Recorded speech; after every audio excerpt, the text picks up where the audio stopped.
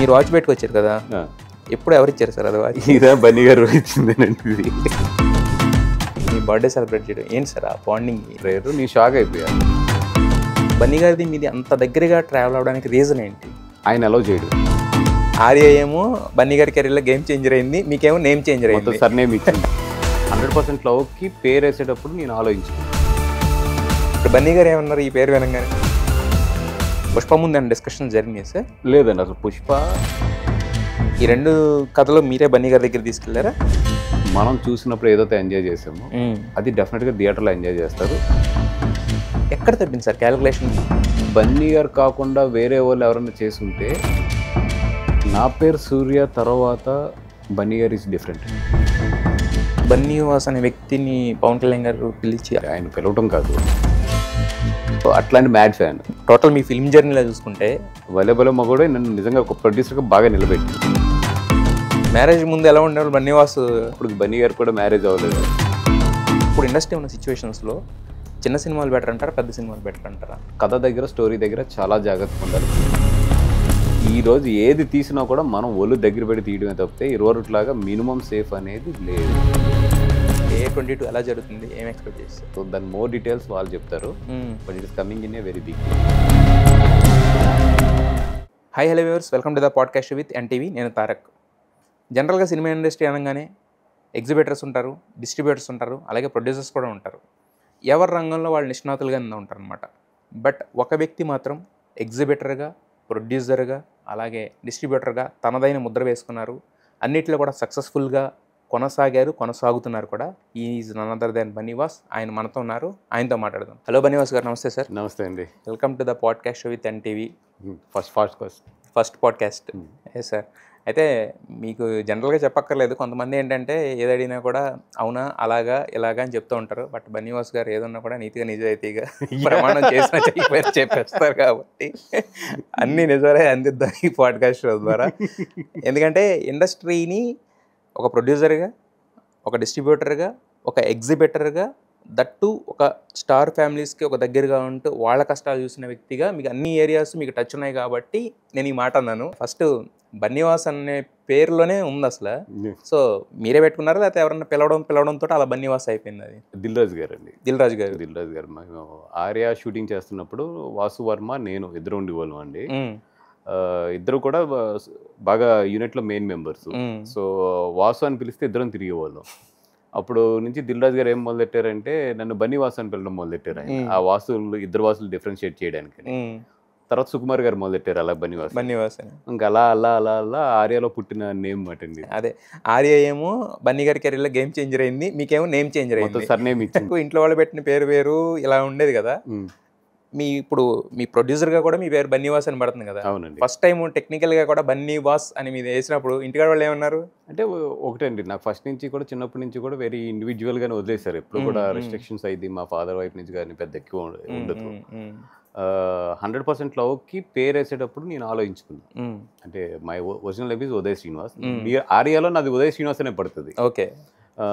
So నేను ఆలోచించుకున్నప్పుడు ఒకటే నాకు అనిపించింది ఏంటంటే, what ever today I'm here in the film is because of the Bunny గారు. ఎస్.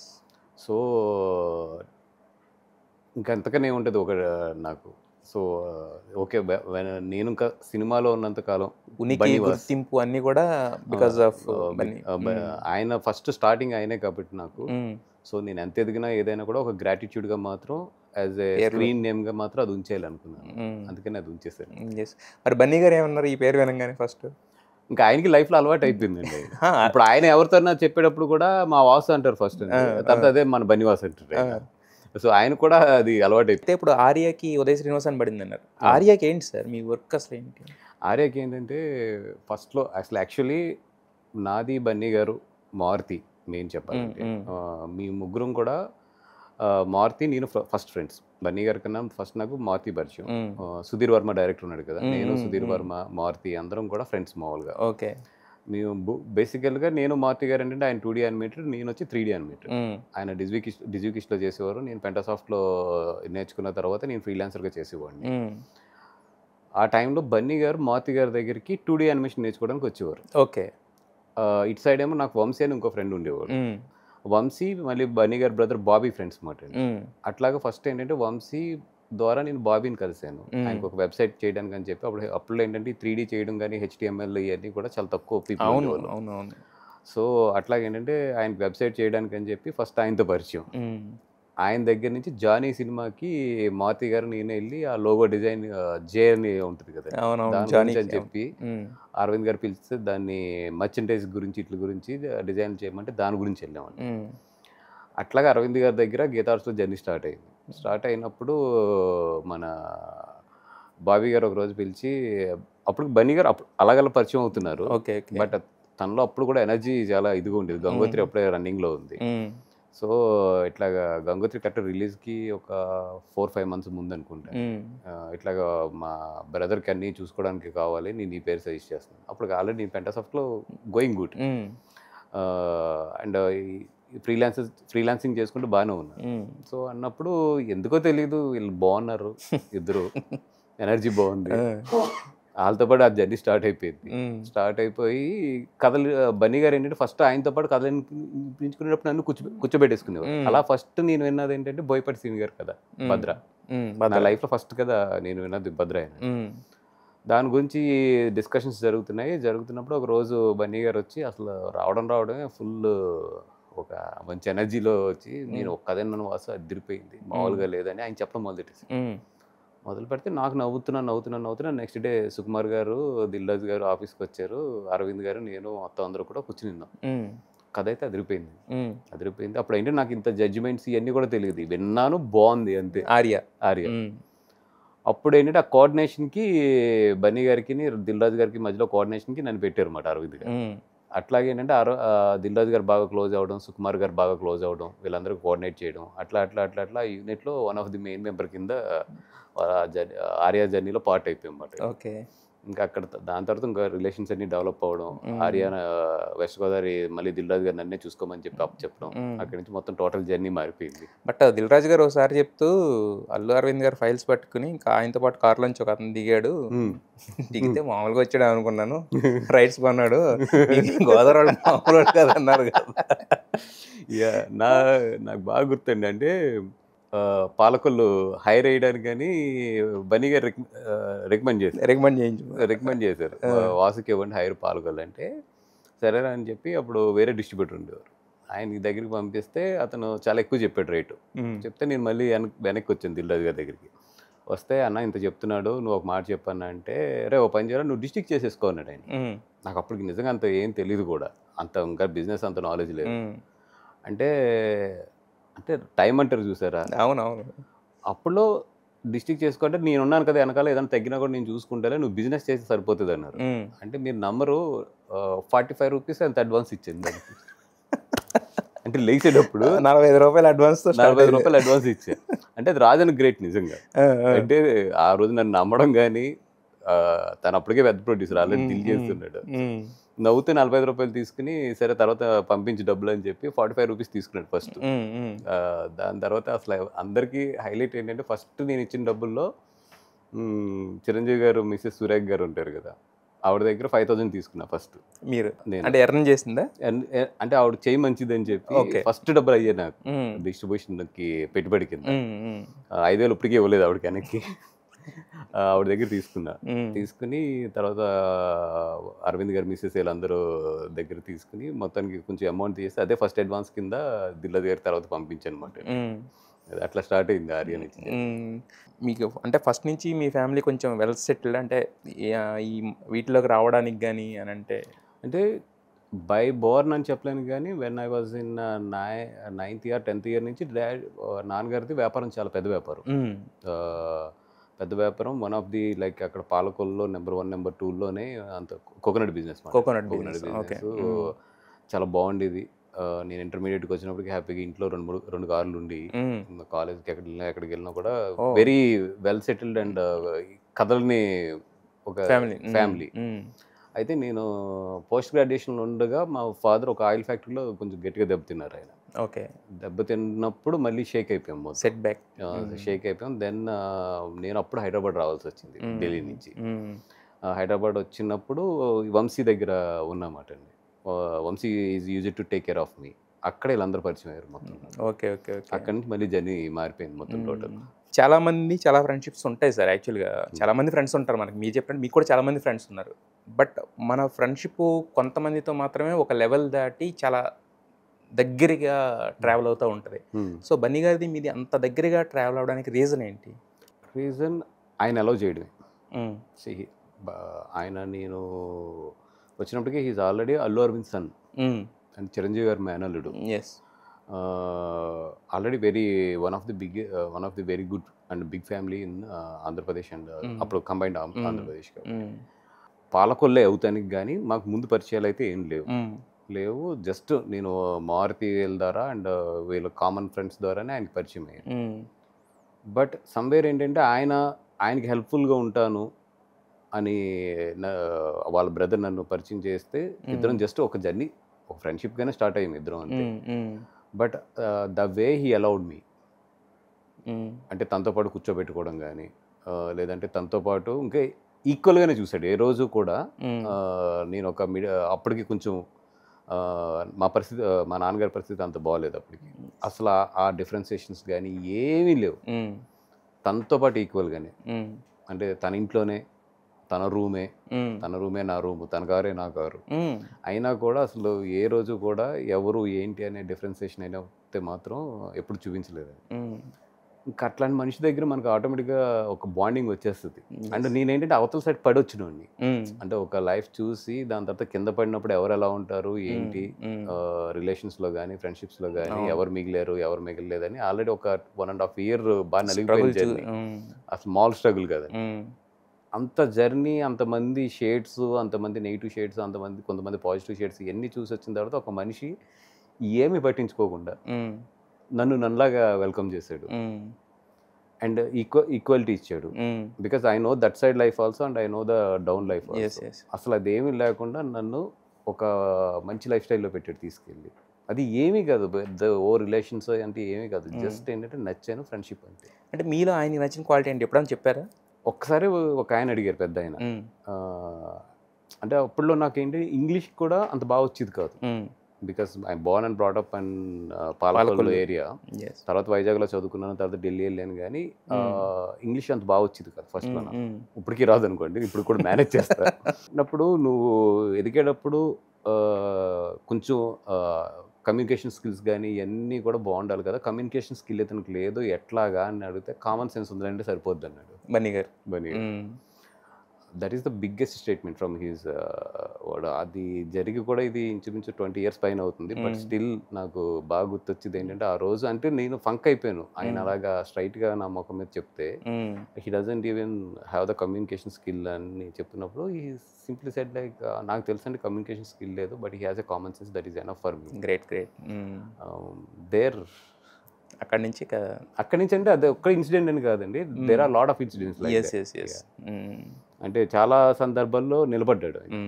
ఒక టైంలో బాగా అంటే నాకు బాగా హడ్డిల్ టైమ్స్ ఉన్నప్పుడు కూడా ద వే హీ స్టూడ్, అంతే కదండి. ఫ్రెండ్షిప్ అయినా రిలేషన్షిప్ అయినా ఏదన్నా తెలుస్తుంది కదా, హ్యాపీ ఉన్నప్పుడు అందరూ ఉంటారు, సక్సెస్ లో ఉన్నప్పుడు everybody will be there with us. ఆ పడినప్పుడు కానీ లేదంటే మనకి ఫెయిల్యూర్లో ఉన్నప్పుడు కానీ కొంతమంది వచ్చి నించుంటారు, అరే నేనున్నాను పర్లేదు పరిగెట్టు అని చెప్పి. There is that is the relationship అంతే. అక్కడ క్యాలిక్యులేషన్స్ ఉంటే వేస్ట్. మీకంటే మీకు హర్డిల్ టైమ్స్ అంటే తెలిసినాయనా, బయటికి తెలిసినాయనా, మీకు ఏమన్నా పర్సనల్ ఏం లేదండి. అంటే అప్పుడంతా అప్కమింగ్, ఇప్పుడంటే వెరీ లైక్ అంటే మన స్టాండర్డ్గా ఉన్నాం, కానీ అప్పుడంతా అప్కమింగ్లోని కింద పడతాం మీద పడతాం కదండి. ఆ సిచ్యువేషన్స్ వచ్చినప్పుడు ఎప్పుడైనా సరే అంటే నా పాలసీ ఏంటంటే ఏ రోజు కూడా బన్నీ గారి దగ్గర డబ్బులు తీసుకోకూడదు. ఏదైనా బాగా అవసరం ఉంటే లేదా ఆయన ఇవ్వాలనుకుంటే ఇవ్వడమే తప్పితే ఎప్పుడు కూడా ముట్టుకోకూడదు అనేది నా పర్సనల్ పాలసీ. నిజంగా అలాగని ఏ రోజు కూడా ఆయన నాకు ఇది తక్కువ చేసింది కూడా లేదు. నేను అడగకుండానే కొన్నిసార్లు ఆయన ఇవ్వాలనుకున్నప్పుడు పంపిస్తాడు. అలాగే మా ఇద్దరి మధ్యలో ఎప్పుడు కూడా ఇది ఇంత అని క్యాలిక్యులేషన్ ఎప్పుడు లేవు. అలాగా కొన్నిసార్లు నేను ఏంటంటే నాకు బాగా అవసరమైనా కూడా ఎప్పుడు అడిగేవాడిని కాదు. ఆయన దగ్గర తీసుకోవడానికి కూడా నాకు ఒక చిన్న అంటే తీసుకుంటే అది ఉంటుందనే ఒక ఇది ఉండేది. అట్లాంటి టైంలో ఏంటంటే ఆ నిలబడతాం చాలు నాకు. ఐ కెన్ మళ్ళీ అగైన్ ఐ కెన్ ఫైట్. ఆ నిలబడతంలో బాగా నిలబడేవారు. అయితే ఇప్పుడు మీరు ఢిల్లీ అని అన్నారు మధ్యలో, ఇందాక కూడా అన్నారు. ఏంటి ఢిల్లీ ఏంటి సార్ మధ్యలో? ఆ ఢిల్లీ ఏం లేదు, నేను మన వైజాగ్లో చదువుకున్నాను, గాయత్రిలో. చదువుకున్న తర్వాత డిగ్రీలో యాజ్ ఇట్ ఈస్గా లాస్ట్ సబ్జెక్ట్ ఉండిపోయింది. ఉండిపోతే గ్రాడ్యుయేషన్లోని అప్పుడు మణిపాల్లో ఫెసిలిటీ ఉండేది, పీజీ చేయొచ్చు, బట్ కంప్లీట్ అయ్యేలోపు ఇక్కడ గ్రాడ్యుయేషన్ కంప్లీట్ చేయాలి. అక్కడ పీజీ కంప్లీట్ అయిపోయింది కానీ ఇక్కడ గ్రాడ్యుయేషన్ కంప్లీట్ అలాగే ఉంది. అలాగే ఉంది ఈ రోజుకి కూడా. అది వింత ఏంటంటే నేను పాస్ అయిపోయాను అనుకున్నా ఆ సబ్జెక్ట్ రాసిన తర్వాత. ఎవడో నా ఫ్రెండ్ అడిగితే పాస్ అయిపోయారు అన్నాడు. తర్వాత ఎప్పుడో 10 years తర్వాత తెలిసింది ఆ సబ్జెక్ట్ అవ్వలేదు అని చెప్పి. అప్పటి నుంచి నేను ఆ సర్టిఫికేట్ తీసుకోలేదు. ఇది మాత్రం నిజంగా గ్రేట్ సార్. అంటే డిగ్రీ ఫెయిల్ అయిపోయి పీజీ పాస్, పీజీ అయిపోయింది సబ్జెక్ట్, సర్టిఫికేట్ రాదు బికాజ్ ఇక్కడ గ్రాడ్యుయేషన్ అవ్వలేదు. ఈ గ్రాడ్యుయేషన్ అయిపోయిందిలే, ఎప్పుడొకప్పుడు ఖాళీ ఉన్నప్పుడు వెళ్ళి తీసుకుందాం అని చెప్పి 2 తీసుకోలేదు. 10 years తర్వాత తీసుకుందాం అంటే అప్పుడు చెప్పారు సార్ ఇంకా సబ్జెక్ట్ అవ్వలేదు. ఇప్పుడు ఎందుకు సార్ మీకు సర్టిఫికేట్లతో వీళ్ళతో పనే ఉంది, మీరు ఒక బ్రాండ్ మార్క్ వేస్తే చాలని చాలా మంది లేదు ఇండస్ట్రీలో. అంటే మీ జడ్జిమెంట్ పరంగా కానీ వీటి పరంగా కానీ సినిమాల గురించి నేను చెప్తున్నాను యాక్చువల్గా. లేదు, now I would like to complete that subject. మొత్తం ఇప్పుడు చదువుతున్నారు అయితే? చదవాలి, అది ఎలక్ట్రానిక్స్ రాయాలి. మీకు అంత టైం ఉందా అసలు? ఏదో చేసిన కంప్లీట్ చేయాలి ముందు. అయితే బన్నీ గారు మీ ఫ్రెండ్షిప్ స్టార్ట్ అయింది, స్ట్రాంగ్ అవుతూ వచ్చింది, స్టేజెస్ పెరిగినాయి, ఇద్దరే పెరిగినాయి. ఒక పక్క ఆయన హీరో కింద, ఒక పక్క మీరు ప్రొడ్యూసర్ కింద, డిస్ట్రిబ్యూటర్ కింద అలా పెరుగుతూ వచ్చారు కదా. స్టిల్ ఈ రోజుకి కూడా ఆయన ఫస్ట్ డే కథ, అదే భద్ర కథ ఇద్దరం కలిసి విన్నా అన్నారు కదా. సో ఆయన దగ్గర మీ కథ విన్న తర్వాత ఏదైనా ఒపీనియన్స్ చెప్పడానికి కానీ మీ థాట్స్ షేర్ చేసుకోవడానికి ఉండే ఒక స్పేస్ ఉంటుంది కదా, ఆ స్పేస్ ఇప్పటికీ అలానే ఉందా? యా, ఆ స్పేస్ ఇప్పటికీ ఏమైనా ఆయన కథ విన్నప్పుడు కానీ ఇట్లా అప్పుడు కానీ చాలా ఓపెన్గానే ఉంటాడు. అంటే అసలు చాలా ఓపెన్గా ఉంటాడు ఆయన, అందరికీ తీసుకుంటాడు. నేనేమన్నాను, వాళ్ళ డాడీ ఏమన్నారు, తన వెల్వేషన్స్ ఉంటారు, వాళ్ళందరూ ఏమన్నారు తీసుకుని డెసిషన్ మాత్రం ఆయనే తీసుకుంటాడు. అవన్నీ వింటారు, కన్సిడర్ చేస్తారు, డెసిషన్ ఆయనే తీసుకుంటారు. ఎడిట్ అయిన తర్వాత జనరల్ చూపిస్తారు, అందరికి చూపించిన తర్వాత వింటారు, విని బట్ ఫైనల్కి మళ్ళీ డైరెక్టర్తో కూర్చోవడం కానీ డైరెక్టర్ తన డిస్కస్ చేసుకోవడం మాత్రం పర్సనల్లీ ఆయనే చూస్తారు. అయితే పుష్ప టైంలో అందరికీ చెప్పినప్పుడు కూడా, అంటే నాకు ఇంటర్నల్గా తెలిసింది చెప్తున్నా, కొంతమంది ఇప్పుడు ఇది అవసరం అంటారా, ఇది కరెక్ట్ అంటారా అంటే, ఈ ఒక్కసారికి నన్ను వదిలేయండి, నాకు ఎందుకో ఎక్కడో సుక్కు మీద నాకు భయంకర ఒక ఇది ఉంది, ఈ కథ మీద అతనికి ఉన్న ఇది అని చెప్పారని అన్నారు. పుష్ప ముందు ఆయన డిస్కషన్ జరిగినాయి సార్? లేదండి, అసలు పుష్ప ఆయన ఇండివిజువల్గా డెసిషన్ తీసుకున్న తర్వాత మాకు అందరికి తీసుకున్న తర్వాత ఇది నేను చేస్తున్నాను అనే స్టేట్మెంట్ ఇచ్చారు తప్పితే ఇది ఎలా ఉంటుంది అట్లా లేదు. నేను విన్నాను, చాలా బాగుంది అని పైన మాకు ఏదో ఒక 15-20 minutes ఆయనే చెప్పాడు. తర్వాత సుకు దగ్గర నాకున్న రాకపోతే సుకు గారు నేను మాట్లాడుకుంటున్నప్పుడు ఇలాగ కథ అనేది తెలుస్తుంది, కానీ డెసిషన్ వైజ్ మాత్రం ఆయన సుకు గారు ఇద్దరు మాట్లాడుకుని ఇది కైండ్ మనం చేస్తున్నాం అని చెప్పి దే వెంట్ ఫార్వర్డ్. గీతా ఆర్ట్స్లో మీరు ఫస్ట్ ఎంప్లాయీ కదా స్టార్ట్ అయింది? ఎంప్లాయీ ఏంటంటే ఎప్పుడు లేదండి గీతా ఆర్ట్స్లోని. Always I use it to be with the Bunny garu, అంతే. దాని తర్వాత 2010లో ఎప్పుడైతే సుకుమార్ గారు సినిమా చేస్తానన్నారో అప్పుడు అరవింద్ గారితో జర్నీ స్టార్ట్ అయింది. అప్పటి వరకు కూడా బన్నీ గారితోనే ఎక్కువ ఉండేది, బట్ అరవింద్ గారికి ఆల్వేస్ నేనంటే ఇష్టం, అరవింద్ గారు అంటే నాకు చాలా ఇష్టం. అలా ఏ క్వాలిటీస్ చూసి GA2 అనేది స్టార్ట్ చేసుకున్నారు? అంటే మీరే కదా GA2 మొత్తం అంతా మీరే చూసారు చాలా వరకు నేను చూసేవాడిని, బట్ దాంట్లో పార్ట్నర్స్ వచ్చి శిరీష్ ఉన్నారు, అరవింద్ గారు, ఇద్దరు మేజర్ పార్ట్నర్షిప్ వాళ్ళదే. హానెస్ట్గా చెప్పాలంటే ఫ్యామిలీ అందరికీ కలిపి, అంటే బాబీ కానీ, బన్నీ కానీ, సిరి కానీ, అరవింద్ గారు అందరికి కూడా ఏంటంటే ఓకే మనవాడికి అప్ చెప్తే బాగా చూసుకుంటాడు. అప్ చెప్పడం కూడా కాదు, అది యాక్చువల్లీ ఏంటంటే జర్నీ స్టార్ట్ అయిన జర్నీలో స్టెప్స్ అట్లా కుదిరినాయి అంతే. ఇదేదో పర్టికులర్గా వాసుని పెట్టాలని అట్లా కాదు, అక్కడ ఉన్న పనుల్లో నేను చేసిన దీన్ని బట్టి కొన్ని కుదిరిని. అప్పుడు ఏంటంటే అరవింద్ గారికి నాకున్న ఈక్వేషన్స్ కానీ, బన్నీకి నాకున్న ఈక్వేషన్స్, ఫ్యామిలీకి నాకున్న ఈక్వేషన్స్లో బాగా వెళ్ళివ్వను, అందరు కొలాబరేటివ్ కన్స్ట్రక్షన్ బాగుంది. మరి అయితే ఒక ప్రొడ్యూసర్ కింద స్టార్ట్ అయినప్పుడు మనకేంటంటే బయట నుంచి చూసినప్పుడు కొన్నే తెలుస్తాయి మనకి, పూర్తిగా షూస్లోకి దిగితే కానీ అది మనకి ఫిట్ అవుద్దా లేదని తెలియదు కదా. సో ఇనీషియల్ డేస్లో యాజ్ ఎ ప్రొడ్యూసర్గా చేసిన బిగినర్స్ మిస్టేక్స్ ఏమైనా ఉన్నాయా? బిగినర్స్ మిస్టేక్స్ చాలా ఉండేయండి. అరవింద్ గారు use it to correct me a lot. ఇక్కడ ఇది కాదు ఇలాగని అంటే ఆయన దగ్గర వచ్చిన నాకు గ్రేటెస్ట్ ఫెసిలిటీ ఏంటంటే, ఏమో నిజంగా మా ఫాదర్ ప్రొడ్యూసర్ అయ్యి నేను ఆయన దగ్గర చేసినా కూడా తప్పులు చేస్తే కోప్పడేవారు. ఈ దగ్గర ఏంటంటే కరెక్షన్ బాగుండేది, నాకు కరెక్షన్ బాగుండేది, తిట్టేవారు అన్నీ ఉండేవి కానీ ఆ కరెక్షన్ చాలా బాగుండేది. ఆ తిట్టినా కూడా మళ్ళీ ఆ పిల్లలు వాళ్ళ ఇంట్లో పిల్లల్ని ఎలా దగ్గర తీసుకునేవారు, మళ్ళీ రా కూర్చో అని చెప్పి తీసుకున్నారు. అంటే ఎప్పుడు కూడా ఆయన నలుగురు, నేను వచ్చిన తర్వాత అయితే మాత్రం నలుగురు పిల్లల కింద చూశారు ఆయన. అది వన్ ఆఫ్ ది నాకు ఇంకా ఫ్యామిలీతో బాండింగ్ అంటే అది. ఎప్పుడు కూడా నన్ను సపరేట్ చేసి అయితే చూడలేదు వాళ్ళ ఇంట్లో. చేసిన డిస్ట్రిబ్యూటర్ కింద మీకు గుర్తుండిపోయిన సినిమా అంటే ఏది సార్ మీకు? నాకు Arya first film, because of that is what made me super. దాని తర్వాత రియల్లీ నేను ఎంజాయ్ చేసింది అంటే పార్ట్నర్షిప్లోని. నేను అంటే వేరే వాళ్ళు చేశారు కానీ ఐఎమ్ వన్ ఆఫ్ ది ఇది పోక్రీ ఒకటి సూపర్ ఎంజాయ్ చేసాం distribution చేయడంలోని. Arundhati Magadheera is గీతార్స్దే, but నేను చూశాను మొత్తం గుంటూరు అంతా కూడా టోటల్. బట్ దాంట్లో ఉండే ఆ రోజు అంటే ఒక డిస్ట్రిబ్యూషన్ చేయడంలో కిక్ ఉంటుంది చూసారా, అదైతే మాత్రం ఆ రోజు మగధేర సూపర్ కిక్ అది. అంటే మీరు ఇండస్ట్రీలో ఇంతమందికి దగ్గరగా ఉండేవాళ్ళు కాబట్టి ప్రతి కంపెనీకి అంటే చూడడానికి కానీ కథ తెలుసుకోవడానికి కానీ స్కోప్ ఉండి అలా తీసుకునేవాళ్ళ, లేకపోతే చీకట్లో బాణమేనా డిస్ట్రిబ్యూషన్ అంటే? అంటే ఒక సినిమా వైబ్ తెలుస్తుంది కదండి, వైబ్ తెలిసిన దాన్ని బట్టి డిస్ట్రిబ్యూషన్లో జనరల్లీ స్టెప్ వేస్తాం. ఇప్పుడు చిన్న వైబ్ క్రియేట్ అవుతుంది ఒక హిట్ సినిమాకి, అట్లాగని తగిలినాయి కూడా దెబ్బలు, మామూలు దెబ్బలుగా గో విడిపోయి దెబ్బలు తగిలినాయి. బట్ మోస్ట్ ఆఫ్ ది ఏంటంటే సినిమా వైబ్ బట్టే ఎప్పుడు నేనే కదా ఎనీ డిస్ట్రిబ్యూటర్ వచ్చి అక్కడి నుంచి ఇక్కడ సినిమా చూస్తాం తెలియడం అనేది వెరీ పార్షియల్గానే తెలుస్తుంది తప్పితే nobody can see the other producing ఫిల్మ్ని. దట్టు నాకు ఇంకా కష్టం, ఎందుకంటే నా ఎంత ఫ్రెండ్స్ అయినా వాళ్ళందరూ తెలుసు ఆమె distributor and exhibitor also. So నాకు అసలు చూపించాడు.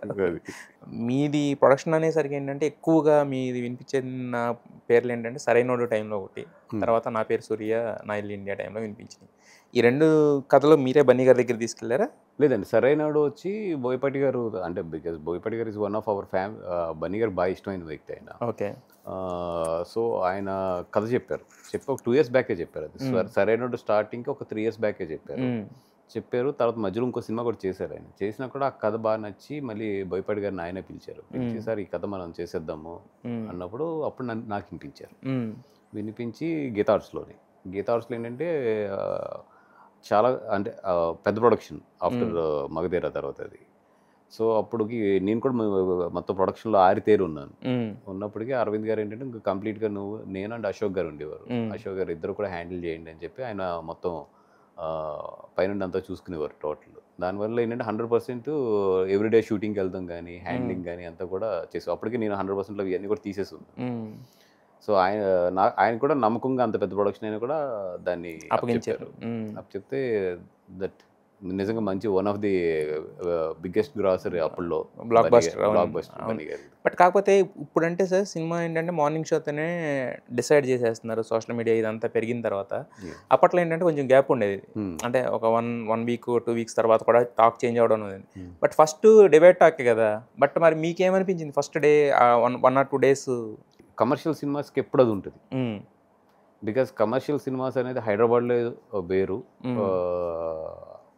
అటు వెళ్ళినప్పుడు వేరే ఉంటుంది, డిస్ట్రిక్ట్స్కి వెళ్ళినప్పుడు వేరే ఉంటుంది. బట్ టాక్ ఏంటంటే ఎక్కువ హైదరాబాద్లో ఫస్ట్ స్ప్రెడ్ అవుతుంది. డిస్ట్రిక్ట్ టాక్ ఏంటంటే స్లోగా ఈవినింగ్ ఫస్ట్ షో సెకండ్ షోస్కి బాగుంటుంది. అందుకే మార్నింగ్ షోకి డివైడ్ టాక్ ఉంది కానీ ఫస్ట్ షోకి సెటిల్ అయిందంటే that means morning show Hyderabad talk ఉంటుంది ఎక్కువ. But when districts talk rage అయ్యి అది అందుకోవడానికి ఈవినింగ్ ఇది కానీ రాదు. సో ఫస్ట్ మార్నింగ్ షోకి ఏదైనా డివైడ్ వచ్చినా కూడా మాకు నమ్మకం ఉంటుంది సినిమా మీద. ఎందుకు ఇప్పుడు లిటిల్ హార్ట్స్ సపోజ్ ఈరోజు ఇప్పుడు మనం మాట్లాడుతున్నాం, it's biggest block buster.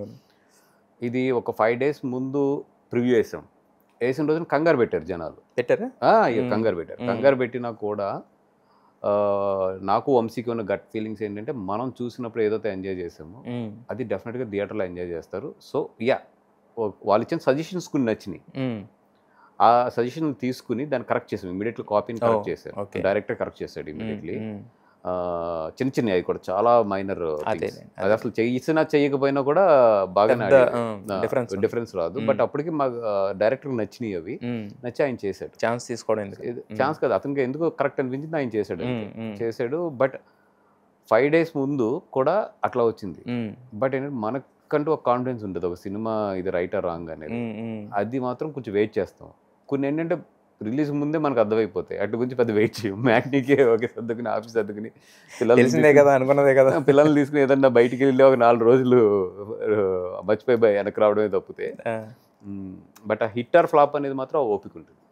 Extraordinary circumstances కొన్నిటి వల్ల కొన్ని మంచి సినిమాలు కూడా ఆడవు, కానీ జనరల్లీ మంచి సినిమా ఎప్పుడు కూడా ఆడేస్తుంది. అది కొంచెం టైం తీసుకున్నా కూడా ఆడేస్తుంది. నా పేరు సూర్య ఆయిల్ ఇండియా కూడా వచ్చిన తర్వాత కూడా నాకు బాగా గుర్తు, బన్నీ గారు ఒక 1 వీక్ పాటు స్టూడియోలో కూర్చుని రకరకాల వాళ్ళతో ఇంట్రడ్యూస్ చేసి సినిమాని తీసుకెళ్ళడానికి. నా సినిమాలకు ఎప్పుడు ఇంతకుముందు సరైనోడికి అదే ముందు అన్నారు, అంతకుముందు చాలా సినిమాలకు అదే వచ్చింది, సో ఖచ్చితంగా ఇది వెళ్ళొద్దని చెప్పి చాలా ట్రై చేశారు ఆయన. అంటే ఇది ఖచ్చితంగా మంచి కంటెంట్ అని చెప్పి. ఎక్కడ తప్పింది సార్ క్యాలిక్యులేషన్? మీకు ఆయనకి అందరికి అంత నమ్మకం ఉన్న సినిమా ఎక్కడ తప్పింది క్యాలిక్యులేషన్? అది అంటే వన్ థింగ్ అండి, అది ఏమైందంటే కథపరంగా విన్నప్పుడు చాలా మంచి కథ, మీరు చూస్తే చాలా హానెస్ట్ కథ అది. ఎస్. ఏమైందంటే సెకండ్ హాఫ్లో ఎప్పుడైతే ఆయన మన మిలిటరీ ఆయన ఉంటారు కదండి, ఆ క్యారెక్టర్ని చంపినప్పుడు హీరో చూసాడు, స్టిల్ ఆగాడు అనే ఒక పాయింట్ ఉందో, ఆ పాయింట్ని జనాలు యాక్సెప్ట్ చేయలేదు. ఇంక అక్కడి నుంచి ఏంటంటే మనం ఏం చెప్పినా కూడా ఇంకా తప్పే క్యారెక్టర్ పరంగా. అక్కడి నుంచి ఏంటంటే ఇంకా సినిమా అది మామూలుగా బన్నీ గారు కాకుండా వేరే వాళ్ళు ఎవరైనా చేసుంటే ఒక కొత్త అతనో లేదా ఒక ఇదైతే కమర్షియల్గా తప్పులేని పాయింట్. బట్ ఒక పెద్ద హీరో చేసి ఒక పెద్ద హీరో కళ్ళెదురుగుండా జరిగినా కూడా దాన్ని వదిలేశారు. అప్పుడు ఏంటంటే cinema is looking from the point of view of the hero. అవునవును. ఇప్పుడు కూడా పెద్ద హీరోస్కి వచ్చి ఇప్పుడు కొంచెం మారుతుంది, సినిమాగా చూస్తున్నారు, కానీ ఇప్పుడైనా కూడా పెద్ద హీరోలకు వచ్చినప్పటికీ హీరో పాయింట్ ఆఫ్ వ్యూ నుంచే సినిమా చూస్తారు ఇప్పుడు కూడా. సో ఎప్పుడైతే అక్కడ క్యారెక్టర్ తప్పు చేసిందో అక్కడి నుంచి సినిమాని వదిలేశారు. వదిలేసి ఇంకా అది లేచినప్పటికి ఏంటంటే ఇంకా అది ఓకే అన్న దాంట్లోకి వెళ్ళిపోయింది. ఆ మిస్టేక్ ఏంటంటే మేము అట్ ద టైమ్ ఆఫ్ దీని దగ్గర రియలైజ్ అవ్వలేకపోయాం. అది మేము హానెస్ట్గా కథ చెప్తున్నాం అనుకున్నాం తప్పితే ఇది గట్టి కొడుతుంది అనేది అక్కడ రియలైజ్ అవ్వలేకపోయాం. బట్ యాజ్ తో ఇప్పటికీ కూడా చాలా మంది ఆ సినిమా గురించి బాగా చెప్తారు. కలిసినప్పుడు ఎక్కడైనా కలిసినప్పుడు అది నచ్చిన వాళ్ళు కూడా చాలా మంది ఉన్నారు. అవునవును. అయితే ఆ సినిమా ఫస్ట్ ఎన్టీఆర్ గారి దగ్గరికి వెళ్ళింది, కరెక్షన్స్ చెప్పారు, దాని తర్వాత బన్నీ గారి దగ్గరికి వచ్చింది కదా.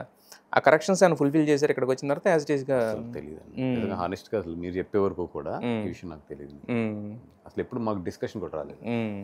ఇంకా డైరెక్ట్గా వంశీ గారు వచ్చి నరేట్ చేయగానే ఇంకా వంశీ గారు వచ్చి నరేట్ చేశారు, బన్నీ గారు నేనే విన్నాము, బన్నీ గారికి నచ్చింది. అప్పుడు మధ్యలో ఒక సినిమా రన్నింగ్ లో ఉంది, దాని తర్వాత ఆయన 2వ వెర్షన్ 3వ వెర్షన్ ఏది డీజే రన్నింగ్ లో ఉన్నప్పుడు డీజే ఏదో రన్నింగ్ లో ఉంది. 2వ వెర్షన్ 3వ వెర్షన్ వచ్చిన తర్వాత ఆయనకి నచ్చింది. నచ్చిన తర్వాత శ్రీధర్ గారికి బన్నీ గారికి శ్రీధర్ గారు అంటే బాగా ఇష్టం. ఆయన అప్పట్లో ఏంటంటే చాలా ప్యాషనెట్ గా ఉండేవారు మొత్తం సినిమా మీద. సో అందుకని పిలిచి బన్నీ గారు పిలిచి, నీ ప్యాషన్ నచ్చింది నాకు సినిమా మీద శ్రీధర్ గారు, ఈ సినిమా మీరు చేద్దరు కానీ వాసు ఉండి ప్రొడక్షన్ చూసుకుంటాడు అని చెప్పి దెన్ అలా ట్రై చేశారు అన్నమాట. ఏ సినిమాకైనా 100 కన్నా 100% అన్నా కానీ మోర్ దెన్ దట్ పెడతాం సార్. ప్లస్ ఇష్టపడి, అంటే ఆయన రియల్ లైఫ్లో కూడా ఒక మిలిటరీలో జాయిన్ అయిపోయి ఇంత కష్టపడి ట్రాన్స్ఫార్మ్ అయ్యి ఇష్టపడి చేసిన సినిమా, హానెస్ట్గా చెప్పాలనుకున్న కథ, ఇవన్నీ చాలా ఎలిమెంట్స్ ఉన్నాయి కదా. ఏ సినిమాకైనా పెడతాం, దానికి అంతగానే ఎక్కువ పెట్టారు. మరి అలాంటి ఒక సినిమా మనం అనుకున్న రిజల్ట్ ఇవ్వనప్పుడు దాన్ని సరే ఇంకా ఇప్పుడు నెక్స్ట్ ఏంటో జరగాలని చూద్దామని చెప్పి మూవ్ ఆన్ అయిపోతాం. అంత చెప్పినంత ఈజీ కదా అది. బట్ అది క్యారీ అవుతూ ఉంటుందా మైండ్లో, లేకపోతే జస్ట్? అంటే నా పేరు సూర్య తర్వాత బన్నీ గారు ఈజ్ డిఫరెంట్ అండి. ఎందుకంటే ఆయన టోటల్ అప్పుడు 1 year ఎంతో బ్రేక్ తీసుకున్నారు, 1.5 year బ్రేక్ తీసుకుని ఆయన టోటల్ దృక్పథం చేంజ్ చేసుకున్నాడు. ఆయన సినిమాని చూసే విధానం కానీ, ఆయన్ని చూసుకునే ఆయన విధానం కానీ చాలా లాట్ ఆఫ్ హార్డ్ వర్క్ చేశాడు ఆయన. దాని తర్వాత అంటే ఒక 1.5 year టోటల్ బ్రేక్ తీసుకుని మొత్తం అంటే if I have to define Bunny గారు, బిఫోర్ నా పేరు సూర్య, ఆఫ్టర్ నా పేరు సూర్య చెప్తాను నేను. బికాజ్ నా పేరు సూర్య తర్వాత ఆయన టోటల్ ఏంటంటే ఆయనకంటూ ఒక సెల్ఫ్ ఇంజనీరింగ్ చేసుకున్నాడు కరెక్ట్గా చెప్పాలంటే. మళ్ళీ ఆర్య అప్పుడు ఎంత కష్టపడ్డాడు అంటే, ఆర్య అప్పుడు గంగోత్రి తర్వాత ఒక 1 year చాలా కష్టపడ్డాడు ఆయన.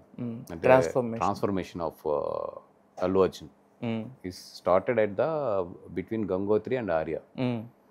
మొత్తం తన లుక్ కానీ, తన ఫిజిక్ కానీ, తన బాడీ మెకానిజం కానీ అన్నీ కూడా ఒక 1 year చాలా హార్డ్ వర్క్ చేశారు. అట్లాగా నా పేరు సూర్య దగ్గర నుంచి అలవైకుంఠపురం మధ్యలో అగైన్ ద బన్నీ 2.0 అక్కడి నుంచి ఆయన మళ్ళీ ఆ సెల్ఫ్ ఇంజనీరింగ్ చేసుకున్నాడు. అప్పుడు ఏంటంటే బాడీ అండ్ ఇట్ల మీద చేసుకున్నాడు, ఇప్పుడు మైండ్ కూడా చేసుకున్నాడు. అంటే నాకు అర్థమైంది తర్వాత చేసుకుని అంటే నాకు ఆయన మాట్లాడే మెచ్యూరిటీలో కానీ లేదంటే ఆయన ఆలోచించే విధానంలో కానీ చాలా చేంజ్ వచ్చింది. అండ్ ఈవెన్ అప్పటి వరకు ఏంటంటే ఆయన నేను మాట్లాడుకున్నప్పుడు ఎప్పుడూ కూడా ఇద్దరు ఒక కంబైన్ థాట్ ఉండేది. బట్ నా పేరు సూర్య తర్వాత ఈవెన్ నేను అడ్మైర్ అవ్వడం మొదలెట్టాను. అంటే ద వే హీ థింక్స్,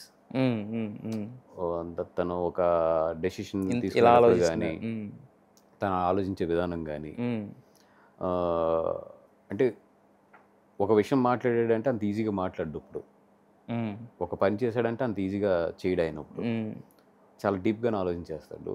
ఒక పని చేశాడంటే దానికి డెడికేట్ అయిపోతాడు. ఇప్పుడు మళ్ళీ దాన్ని చేంజ్ చేసుకోవడం లేదంటే దాన్ని అడ్జస్ట్ చేయడం అవి లేవు. ఇదివరకు ఏంటంటే బిఫోర్ నా పేరు సూర్య అప్పుడు చిన్నది ఏదన్నా జరిగినా కూడా అలాగది ఇలాగని ఎవరైనా వచ్చి చెప్పినా కూడా కొంచెం ట్రాన్స్ఫర్మేషన్ ఉండేది.